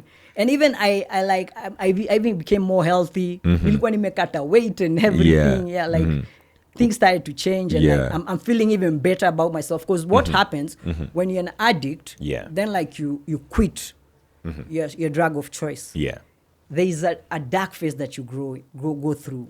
Like mentally you're in a dark place. Yeah. Because you're just feeling like I need to numb myself for this pain. Yeah. I need to drink or something. Yeah. But if you weather that storm, you'll actually come out stronger. Because you see like how like let's say a moth turns into a butterfly. Yeah. When it's in a cocoon, you can't even imagine this thing will be beautiful. Yeah. And it's like you're talking about the caterpillar or the larva, whatever, those different stages. The stages for caterpillar to turn into a butterfly. Yeah. So like during that phase, it's something ugly. It's going through like a dark phase. It's in the cocoon and everything. Yeah. But once it's a butterfly, you're just saying it's a beautiful butterfly. But you don't know the steps it took to become the butterfly. Yeah. So like that's like how I can interpret like going from an addict to sobriety. Because when you're a butterfly, you're like at ease. You're like, man, this is how good it feels to be at ease. Free to be like, because when you're addict, you are captive of the drug of choice. Yeah. Yeah. And you had friends when you were. Friends, yeah. Are you able to keep your drinking friends when you are on that path of sobriety or when you become finally sober? How realistic is it? During that period when I actually decided to go sober, I had to cut off a lot of friends. Because like when you hook up at a club. They're staying in the club till wee hours of the morning. Yeah. How many sodas? How many Red Bulls? How much water can you drink? You just take like water, one glass. One glass of water. You're already done. I remember my friends used to like joke when the waiter comes around. Yeah. Umpige 1 liter ya Del Monte. Yeah. Ameondokea hesabu. Yeah. So like I'll chill with them for a few hours, but I'll have to excuse myself. then it reached a point, I don't see the point of going hanging out in a club, because when you're sober, like you'll all be on the same level playing field when they're starting. Yeah. But once the alcohol starts to kick in, they'll be like, yani unajua hadi hawana chills. Yeah. Atuwe mazuna tu bomb, mbona ukunywi nini. So like it started to get odd. I had to cut them off. I avoided clubs. But I had to go to clubs when I'm performing because that's my work. That's why you get your money. Hanging out, I minimized it, and it kind of, I had to have other engagements. Yeah. Like that's how I got to know of a group that we interact with. It's called C12 Kenya. Yeah. So C12, it's actually a community, and the 12 stands for the 12 steps of recovery. It's like an Alcoholics Anonymous. Yeah. Yeah. When it started out, we used to meet at City Park. It's at Parklands. Yeah. But we've shifted. Now we have other avenues. So I remember a friend of mine, he was like older than me. Yeah. He's from Kikuyu. But he was like from the rich estate in Kikuyu. Yeah. So I remember he was a few years ahead of me. So this guy who... A few years older? A few years older. Okay. So this guy, he's called Kiongo. Yeah. Kiongo Keragu. So this guy is a relative to Moose, the guy who introduced me into rapping at class 7. So you see, Moose came from a cool school, Hospital Hill. Yeah. That's why he came with this vibe for Hospital Hill. I jumped on board.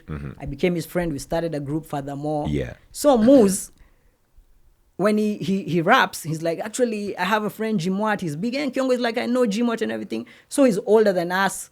Yeah. We know of him. He's from a good family. Yeah. He studies abroad. He comes back to Kenya. He's a banker. So whenever we meet in clubs in Kikuyu, he's the one who's buying everyone beer. Yeah. You know, like that time when you're in, like when you just finish high school, there's this guy who's the don, the bazoo. Yeah. Who like, najua ule mse mpatie mbili. Yeah. So Kiongo was that guy. So when he went sober, actually most guys were like, yani Kiongo aliacha tei, like he's sober. Yeah. So I remember he actually shared some messages when I was drinking. I used to maybe chat with him on Facebook. You know, like the Facebook when your laptop is on, then there's that scroll button where there's the people who are online. Yeah, the people at the bottom there, I remember it, yes. So I remember I was drinking because that time I'm an alcoholic. I don't even go to clubs because I'm famous. Yeah. So you drink at home? I drink at home. Yeah. So I'm chatting with him and I'm high. I don't even remember that convo. He sent me like a screenshot. Yeah. And I'm telling him I really need to quit drinking. Mm-hmm. It's like, yeah, you can quit. Me, I'm sober. I'm telling him, but kavile ngoma ya meju usema pombe siachi leo na kesho. So I was like, I'm keeping procrastinating and everything. But kumbe he had realized I really have like that urge to change. So he started inviting me to the forums and everything. So I'm actually hearing guys who have been in worse situations than yours, myself. And they're like sober. They're talking about 3 years sober, 5 years sober. And like the guy shares his story. He has been through like hell. He's back. And when he gives his testimony, he's like, you're admiring him. Yeah. If you can come back from that, actually recovery is it's possible. So I started going to the forums. Sometimes I'm still like hangover and everything, but there's no judgment. Like it's a safe space. And I'm like, whenever you're hangover in an Alcoholics Anonymous forum, you kind of feel guilty. So the next time you'll be sober. So when you start in your recovery, it's a challenge because I've seen guys who come and they're still under the influence. But after a couple of meetings, they're sober. So it's like a gradual process. So I remember when Kiongo introduced me to C12, it was a few years back. It was actually after COVID around that time. So that time I had been sober and everything. But when we were talking, like when I'm drinking, he's telling me about C12 and everything. I'm not sure if I wanna go hang out with a sober crowd, you see. But when I actually became sober and started going to C12, and guys are like, actually Jimwat is here, I'm encouraging them. And we became like the creatives, because that's how I got to meet Kalamashaka. Robert Keishaka was a big part of the C12 forum. He was like the creative director there, because they're all job descriptions. But most of us were creatives, because you see what had happened. Like one of the founders of C12, he's called Boni. Yeah. Yeah, he's a founder of APRAC. I think it's Addiction Prevention something Society of Kenya. Yeah. And he also has rehabs. They're called Eden House. Yeah. They have I've heard a rehab, of Eden House, yeah. They have one in Malindi. They have another one in Lower Kabete. Yeah. So Boni is a psychiatrist. So he gives you like counseling, and he tells you like, I understand your situation, you can get out of this, like you can stay sober and everything. So he's like, since we have creatives, why don't we open a studio? Yeah. So we set up a studio at C12. We actually started recording, and we had a creative side. Yeah. And I actually liked Kalamashaka because we grew up listening to them. You see, like how I internalized when fans meet me is how I felt when I met Keishaka. Yeah. Yeah, like when I met Roba Keishaka, Johnny Vigeti, Kama Keishaka. Yeah. They're like, man, I used to hear of these guys when I was in primary school.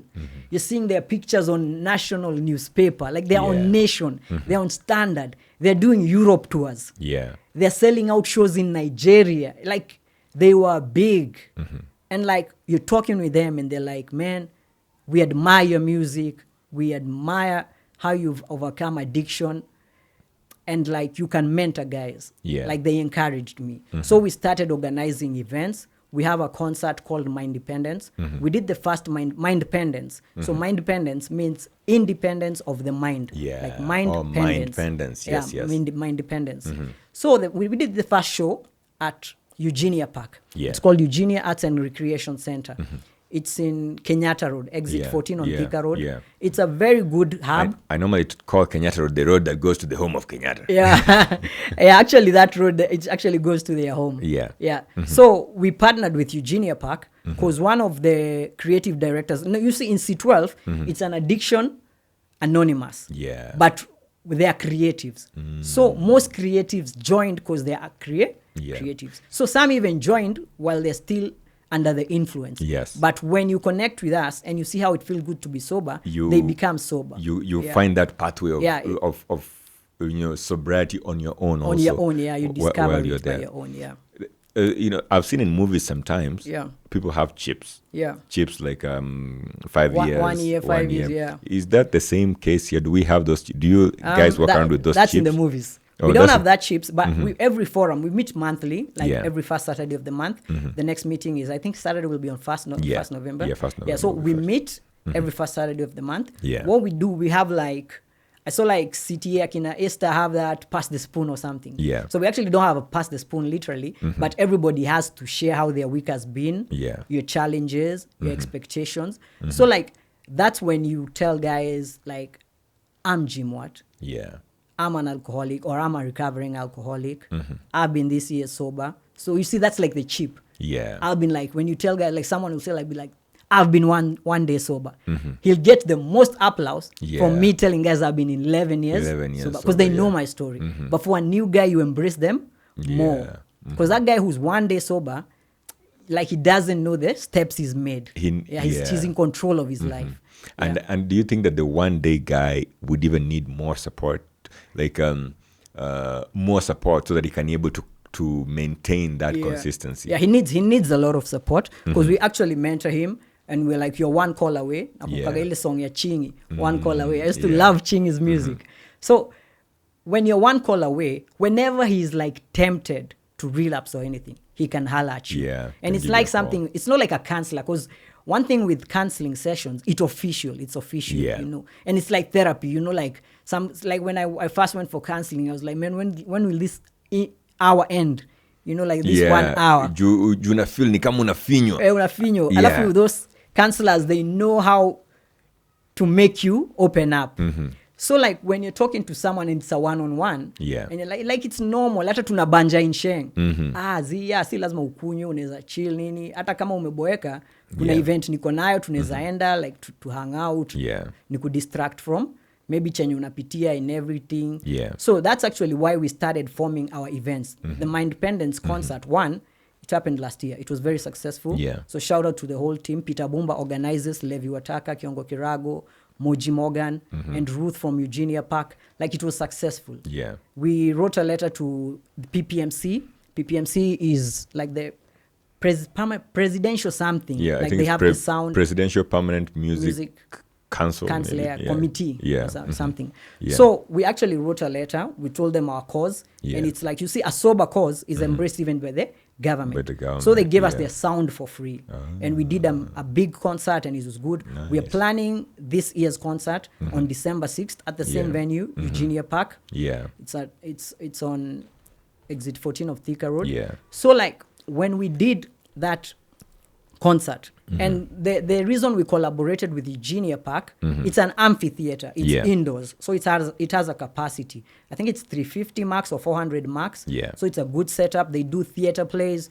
Like Levi Wataka is the one who introduced us to Ruth, the manager she's the founder of it's a family affair for Ruth's family. Yeah. The Eugenia Park. Park. They do mostly sober events, because they actually, the grounds, they can host kids, they can have the bouncing castles, so it's a sober environment. So when they heard of our course, we collaborated, and they actually, like, where Levi Wataka plays for Safaricom Orchestra, he's the director there, so we actually collaborate with an orchestra or a live band, so it's a very interactive, it's a very interesting show. Like, you imagine I'm doing hip hop, but the band is playing live instruments. There's an orchestra. There's someone playing the sax. It's a very good experience. Yeah. Is this a free event or is it a paid event? It's a paid event. Yeah. Yeah, but it's like the whole family is there is no age limit, so you can come with your kids. Yeah, beautiful. Like, I think the kids are free, but for students, it's 500. Yeah. For adults, it's 1,000. And we plan and organize like transport. From Nairobi, once you buy your ticket, we can organize transport from Nairobi to get you there and get you back, because it's quite some kilometers from CBD. But like last year's was successful, so we're hoping this year will be successful. I think it will be successful. Yeah, thank you. And but I think you won't be around. But if you'll be around, you're definitely invited. Yeah, I won't be around, but what I want us to do, man, if you've just heard of this event, man, I think it's a beautiful event. Yeah. So can you go right now to the description to the video below and purchase a ticket for this event, man? I think it'll be nice for you to go over there. And if you have a family member or a friend who is on a path to recovery, man, encourage them to attend this event. Get them a ticket, right? I would encourage them to come and attend. Yeah. Because it becomes a beautiful community for them to, since C12 will be there, so someone can even join C12 that way. Yeah, they can way. join C12 there, because mostly, apart from entertainment, there's networking. Yeah. Because there are guys who actually come to the event just to network. Yeah. And there are guys who are in the mental health space, addiction recovery space. Yeah. So there are guys who have rehabs. Like there are people who we work with, like there's Zero, there's Camille. They're in the addiction and recovery space. Yeah. So whenever you have someone who you need to follow the steps or maybe get to go to a good rehab, like Boniface will be there, the CEO for Eden House. Yeah. Yeah. And like, it's good networking for someone who wants to get in the recovery space. Yeah. It's also good entertainment, because like for the main artists, I'm one of the headliners. Yeah. You remember Boomba Clan? Yeah. Utachonga viazi. Yeah. One of the lead singers, Peter Boomba, he actually is the organizing committee of the event. There are new artists. There's like Moji Morgan, there's Psych, and there are collaborations from Kalamashaka. Robake Shaka is part of our team. There are guys who Robake Shaka introduced us from Dandora. Yeah. You know, hip hop originated in Dandora, like Nairobi hip hop. So there's a group called Maburguda Nation. Like in their slang is like bala ya kusema bana au semanga bargana. Niko firgiti bala ya fiti. So like when you listen to their songs, you know, like how you listen to slang from like New York, like it's cool. When you listen to the songs, they sound cool. They are vibe, they're very dope guys and everything. So it's like, it's a hype event. Because when you hear of a sober event, you're like, it'll be a dull, we'll just be seated like in a class. No, it's very lit. It's a good Get out your notebooks now. We are going to be talking about. It's a lit event, like guys party and everything. And you've also said it's for everyone. So if you're a guy who doesn't want this kind of hip hop music, you just want chill music, there's an orchestra there for you as well. There's an orchestra, they're playing bands. There's an artist like Psych. Psych, she does very good R&B. Like you see that Njerai vibe, that singing vibe.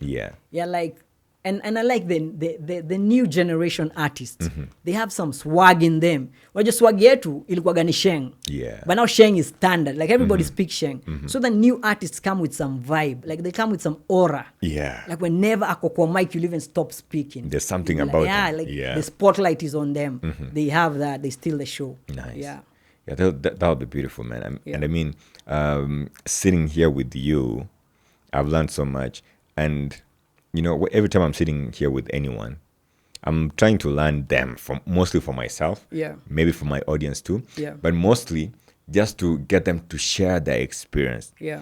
And hearing your experience, Jimwat, I think you have such a great ability to narrate or share your experiences. Many people don't have that ability of speaking clearly. Yeah, thank you. Man, you have such a great gift. Of course, a great rapper, great musician, but over and above that, a great storyteller, because you've painted this picture of your musical journey and also your recovery journey. I'm not a Moshene guy, so I don't want to hear the Moshene and stuff. You don't spill tea. Because Moshene will not really, it's not really helpful. Yeah. It will make me, it will entertain me, it will entertain my audience. Yeah. But it's not useful. Yeah, it's not useful. You can't digest something from it. Yeah. And so I'm very glad that you accepted to come and hang out with me. You're welcome.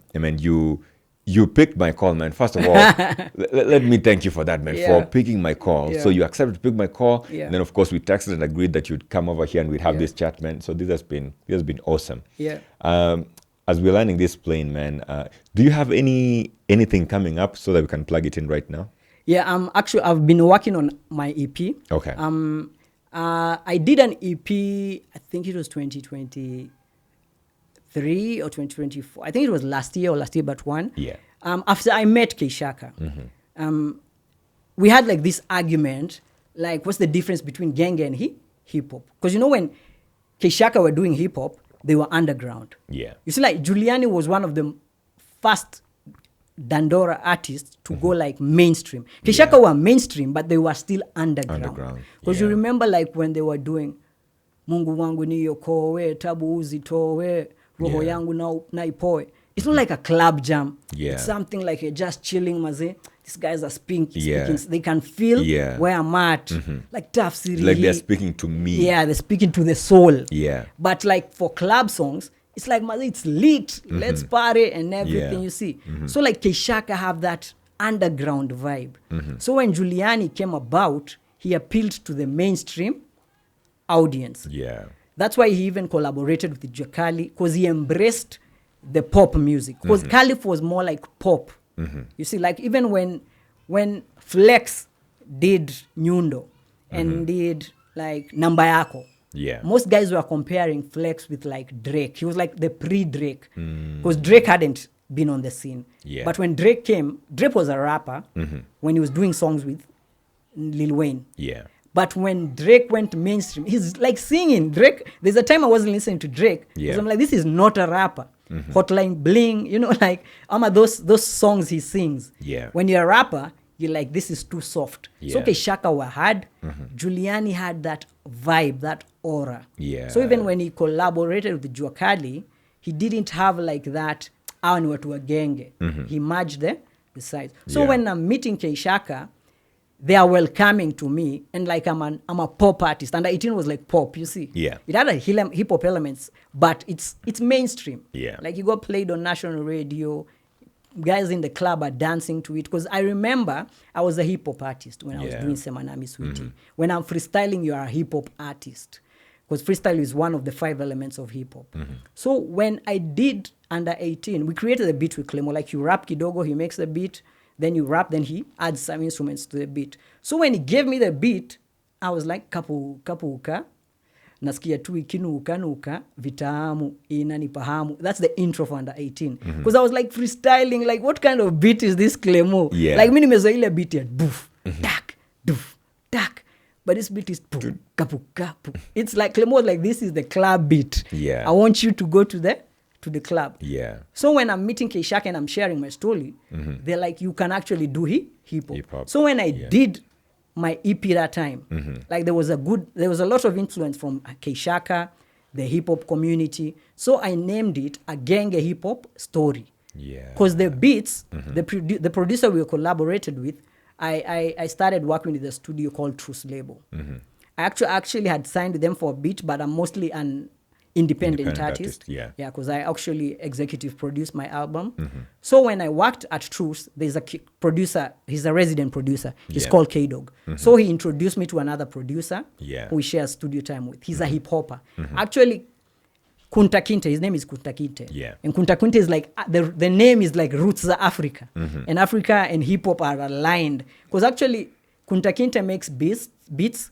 He promotes them online, like he posts them online, like on AudioMac or anything.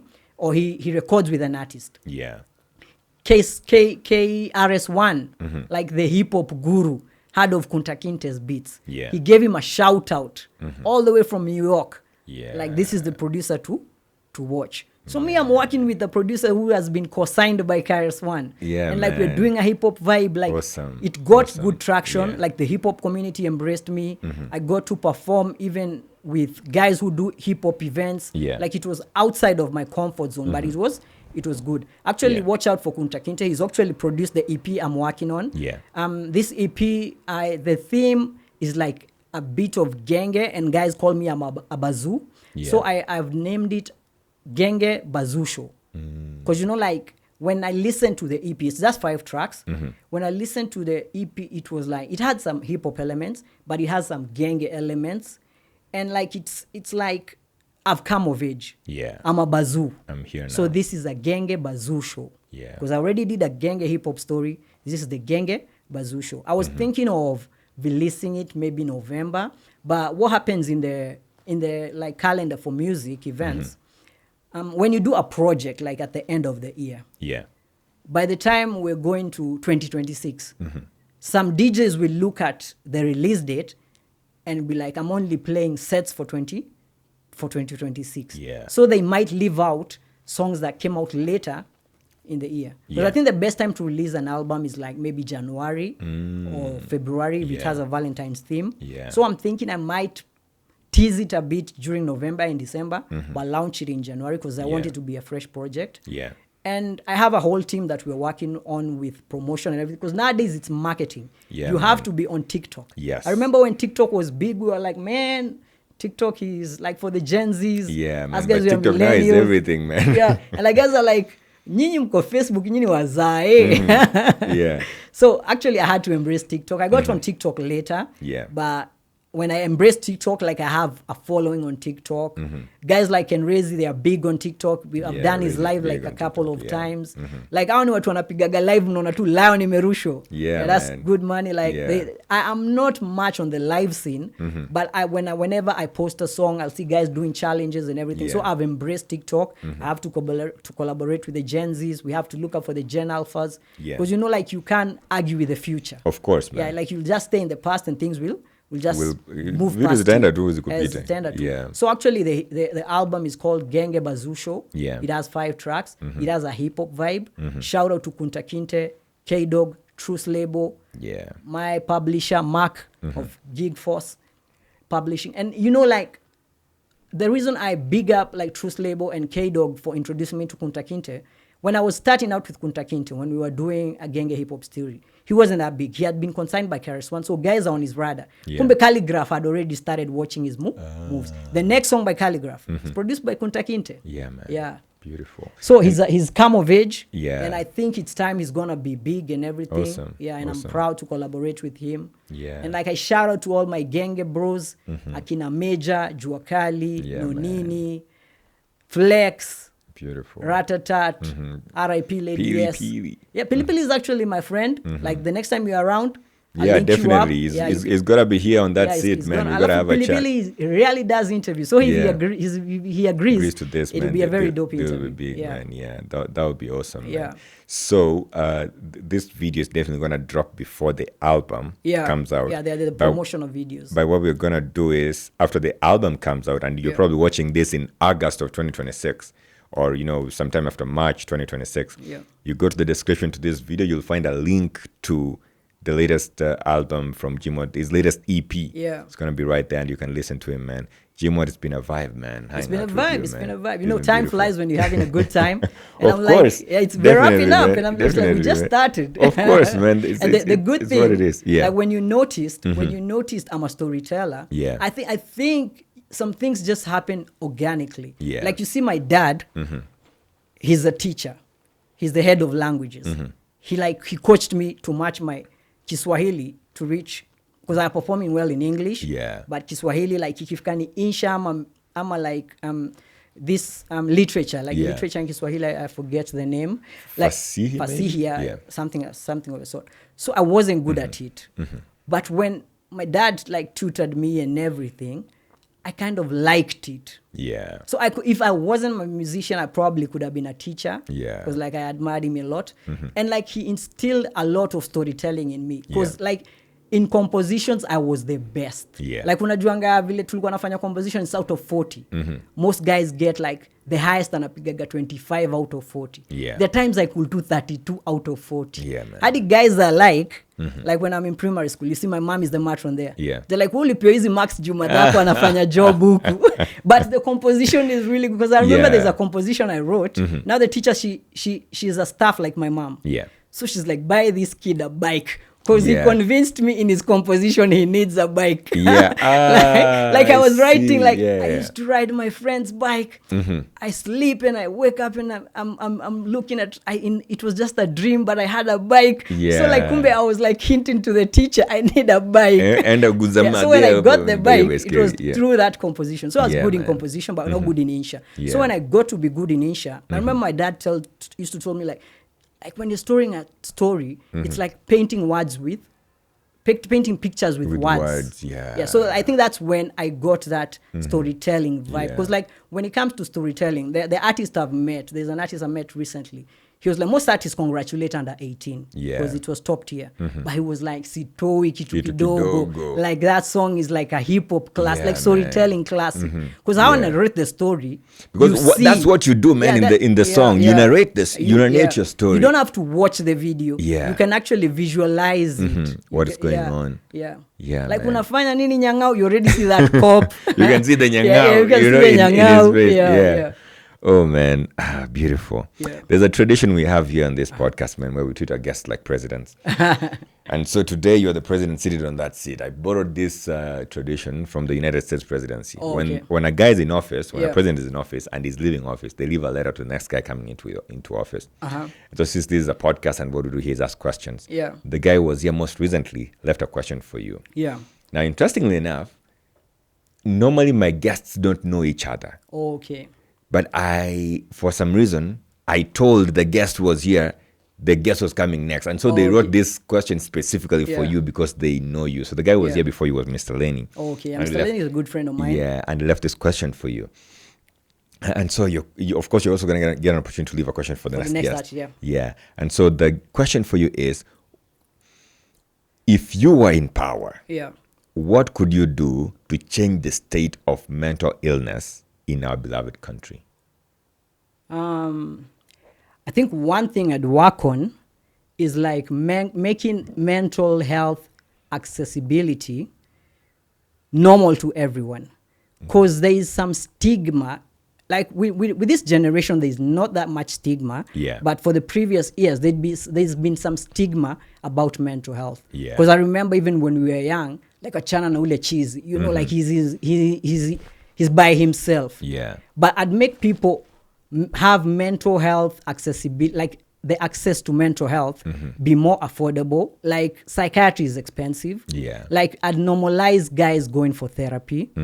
Make like hospitals, like public hospitals, have like a mental health department that's accessible for the public. Destigmatize it.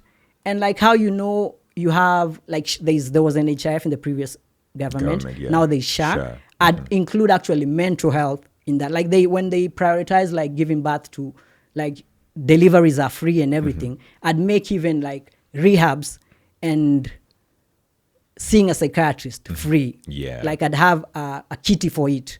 Like the psychiatrists are well paid.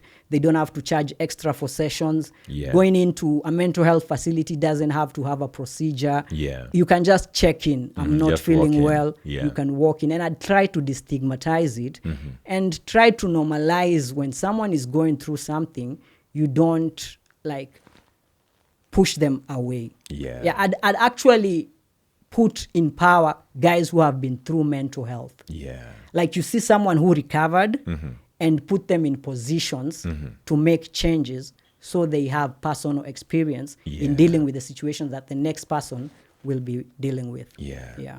And I think that is very beautiful. There's a guy in the US, I forget his name, he's a senator. Yeah. He underwent a bunch of stints of mental health challenges and eventually became senator. And so the funny thing is that they were fighting him being in office because he normally wears shorts. Man, Dave, if you can find a picture of that, I'm not sure if it's Letterman or something. He has a David name. Letterman. Yeah, probably not that. I mean, I forget his name, but he dresses in a hoodie. Oh, just casual. Yeah, just casually in a not hoodie official, and in suit. shorts. Yeah. And in shorts. Even I think he went for the inauguration of some president. I don't know if the current president or something. Yeah. And he was in shorts and a hoodie, and it was stinking cold. It was freaking cold because the inauguration was during the cold. Winter, yeah. But anyways, man, hanging out with you here has been awesome, man. It's been the vibe. The vibe has been there. Yeah, man. If folks were listening to us today and didn't get anything at all, what is the one thing you'd want them to leave this episode remembering, like your parting shot to the folks? I think in life, I've gone through challenges, and I'd like to tell guys, like, you can put your trust in God. Like he definitely has a bigger picture. He knows like your destiny. So if you align your plans with his vision, it can take you places. And like we all go through challenges. So whatever you're going through, like, don't give up. Yeah. You can live to fight another day. And just like I say, the butterfly story, like you can go through a dark phase and come out beautifully. Yeah, like don't give up. Keep on pushing. True, man. Yeah, like it gets better with time. Yeah. Man, here's your opportunity to write your question Okay. to the next guest on the show. Man, Jimwat, hanging out with you has been so beautiful, man. It's been a vibe. It's been a vibe. So if you don't remember, Jimwat just mentioned that he has a show coming up, with C12. Mindpendence. It's called Mindpendence, right? Mindpendence 2. Yeah. This is the second version. Mindpendence 2. It's going to be in... It's going to be a Eugenia Park. Eugenia Arts and Creative... Eugenia Arts and Recreation Center. Yeah, it's on Kenyatta Road. Kenyatta Road. Yeah. Thika Road, exit 14. Yeah. Just a few kilometers from there. It's a very good place. You can bring your family. Yeah. Bring your younger bros, younger sisters. Like it's a wholesome family experience. Beautiful. A whole band, an orchestra. Beautiful. Networking, good food, good people. December 6th, right? December 6th. Yeah, we're going to put this in the description to the video below so that you can also find it there as well. Yeah. And folks, if you don't know, we have episode 100 coming up. Episode 100 is going to be a live recording at the Kenya National Theatre. So if you haven't yet, go down to the description below and also get your tickets. So I can get to see you there. Maybe Jimwat might just decide to show up too. You never know. Yeah. Yeah, man. If you made it this far, I think it's because you did enjoy this episode. So if you haven't yet, go ahead and subscribe to this channel. And remember to tell your friends to tell their friends. I'm hanging out with Jimwat today. Jimwat, one of the greatest show masters ever. Wonderful storyteller. And one of the, I think I'd call you a GOAT, greatest of all time, man. Shukran for that. You've been in this game for a very long time. You maintained a consistency. You went away for a while, came back, and you've shared your story, something that very many people don't want to do. So, man, thank you for that. You're welcome. Till next time, do take care. Kwaheri. Peace.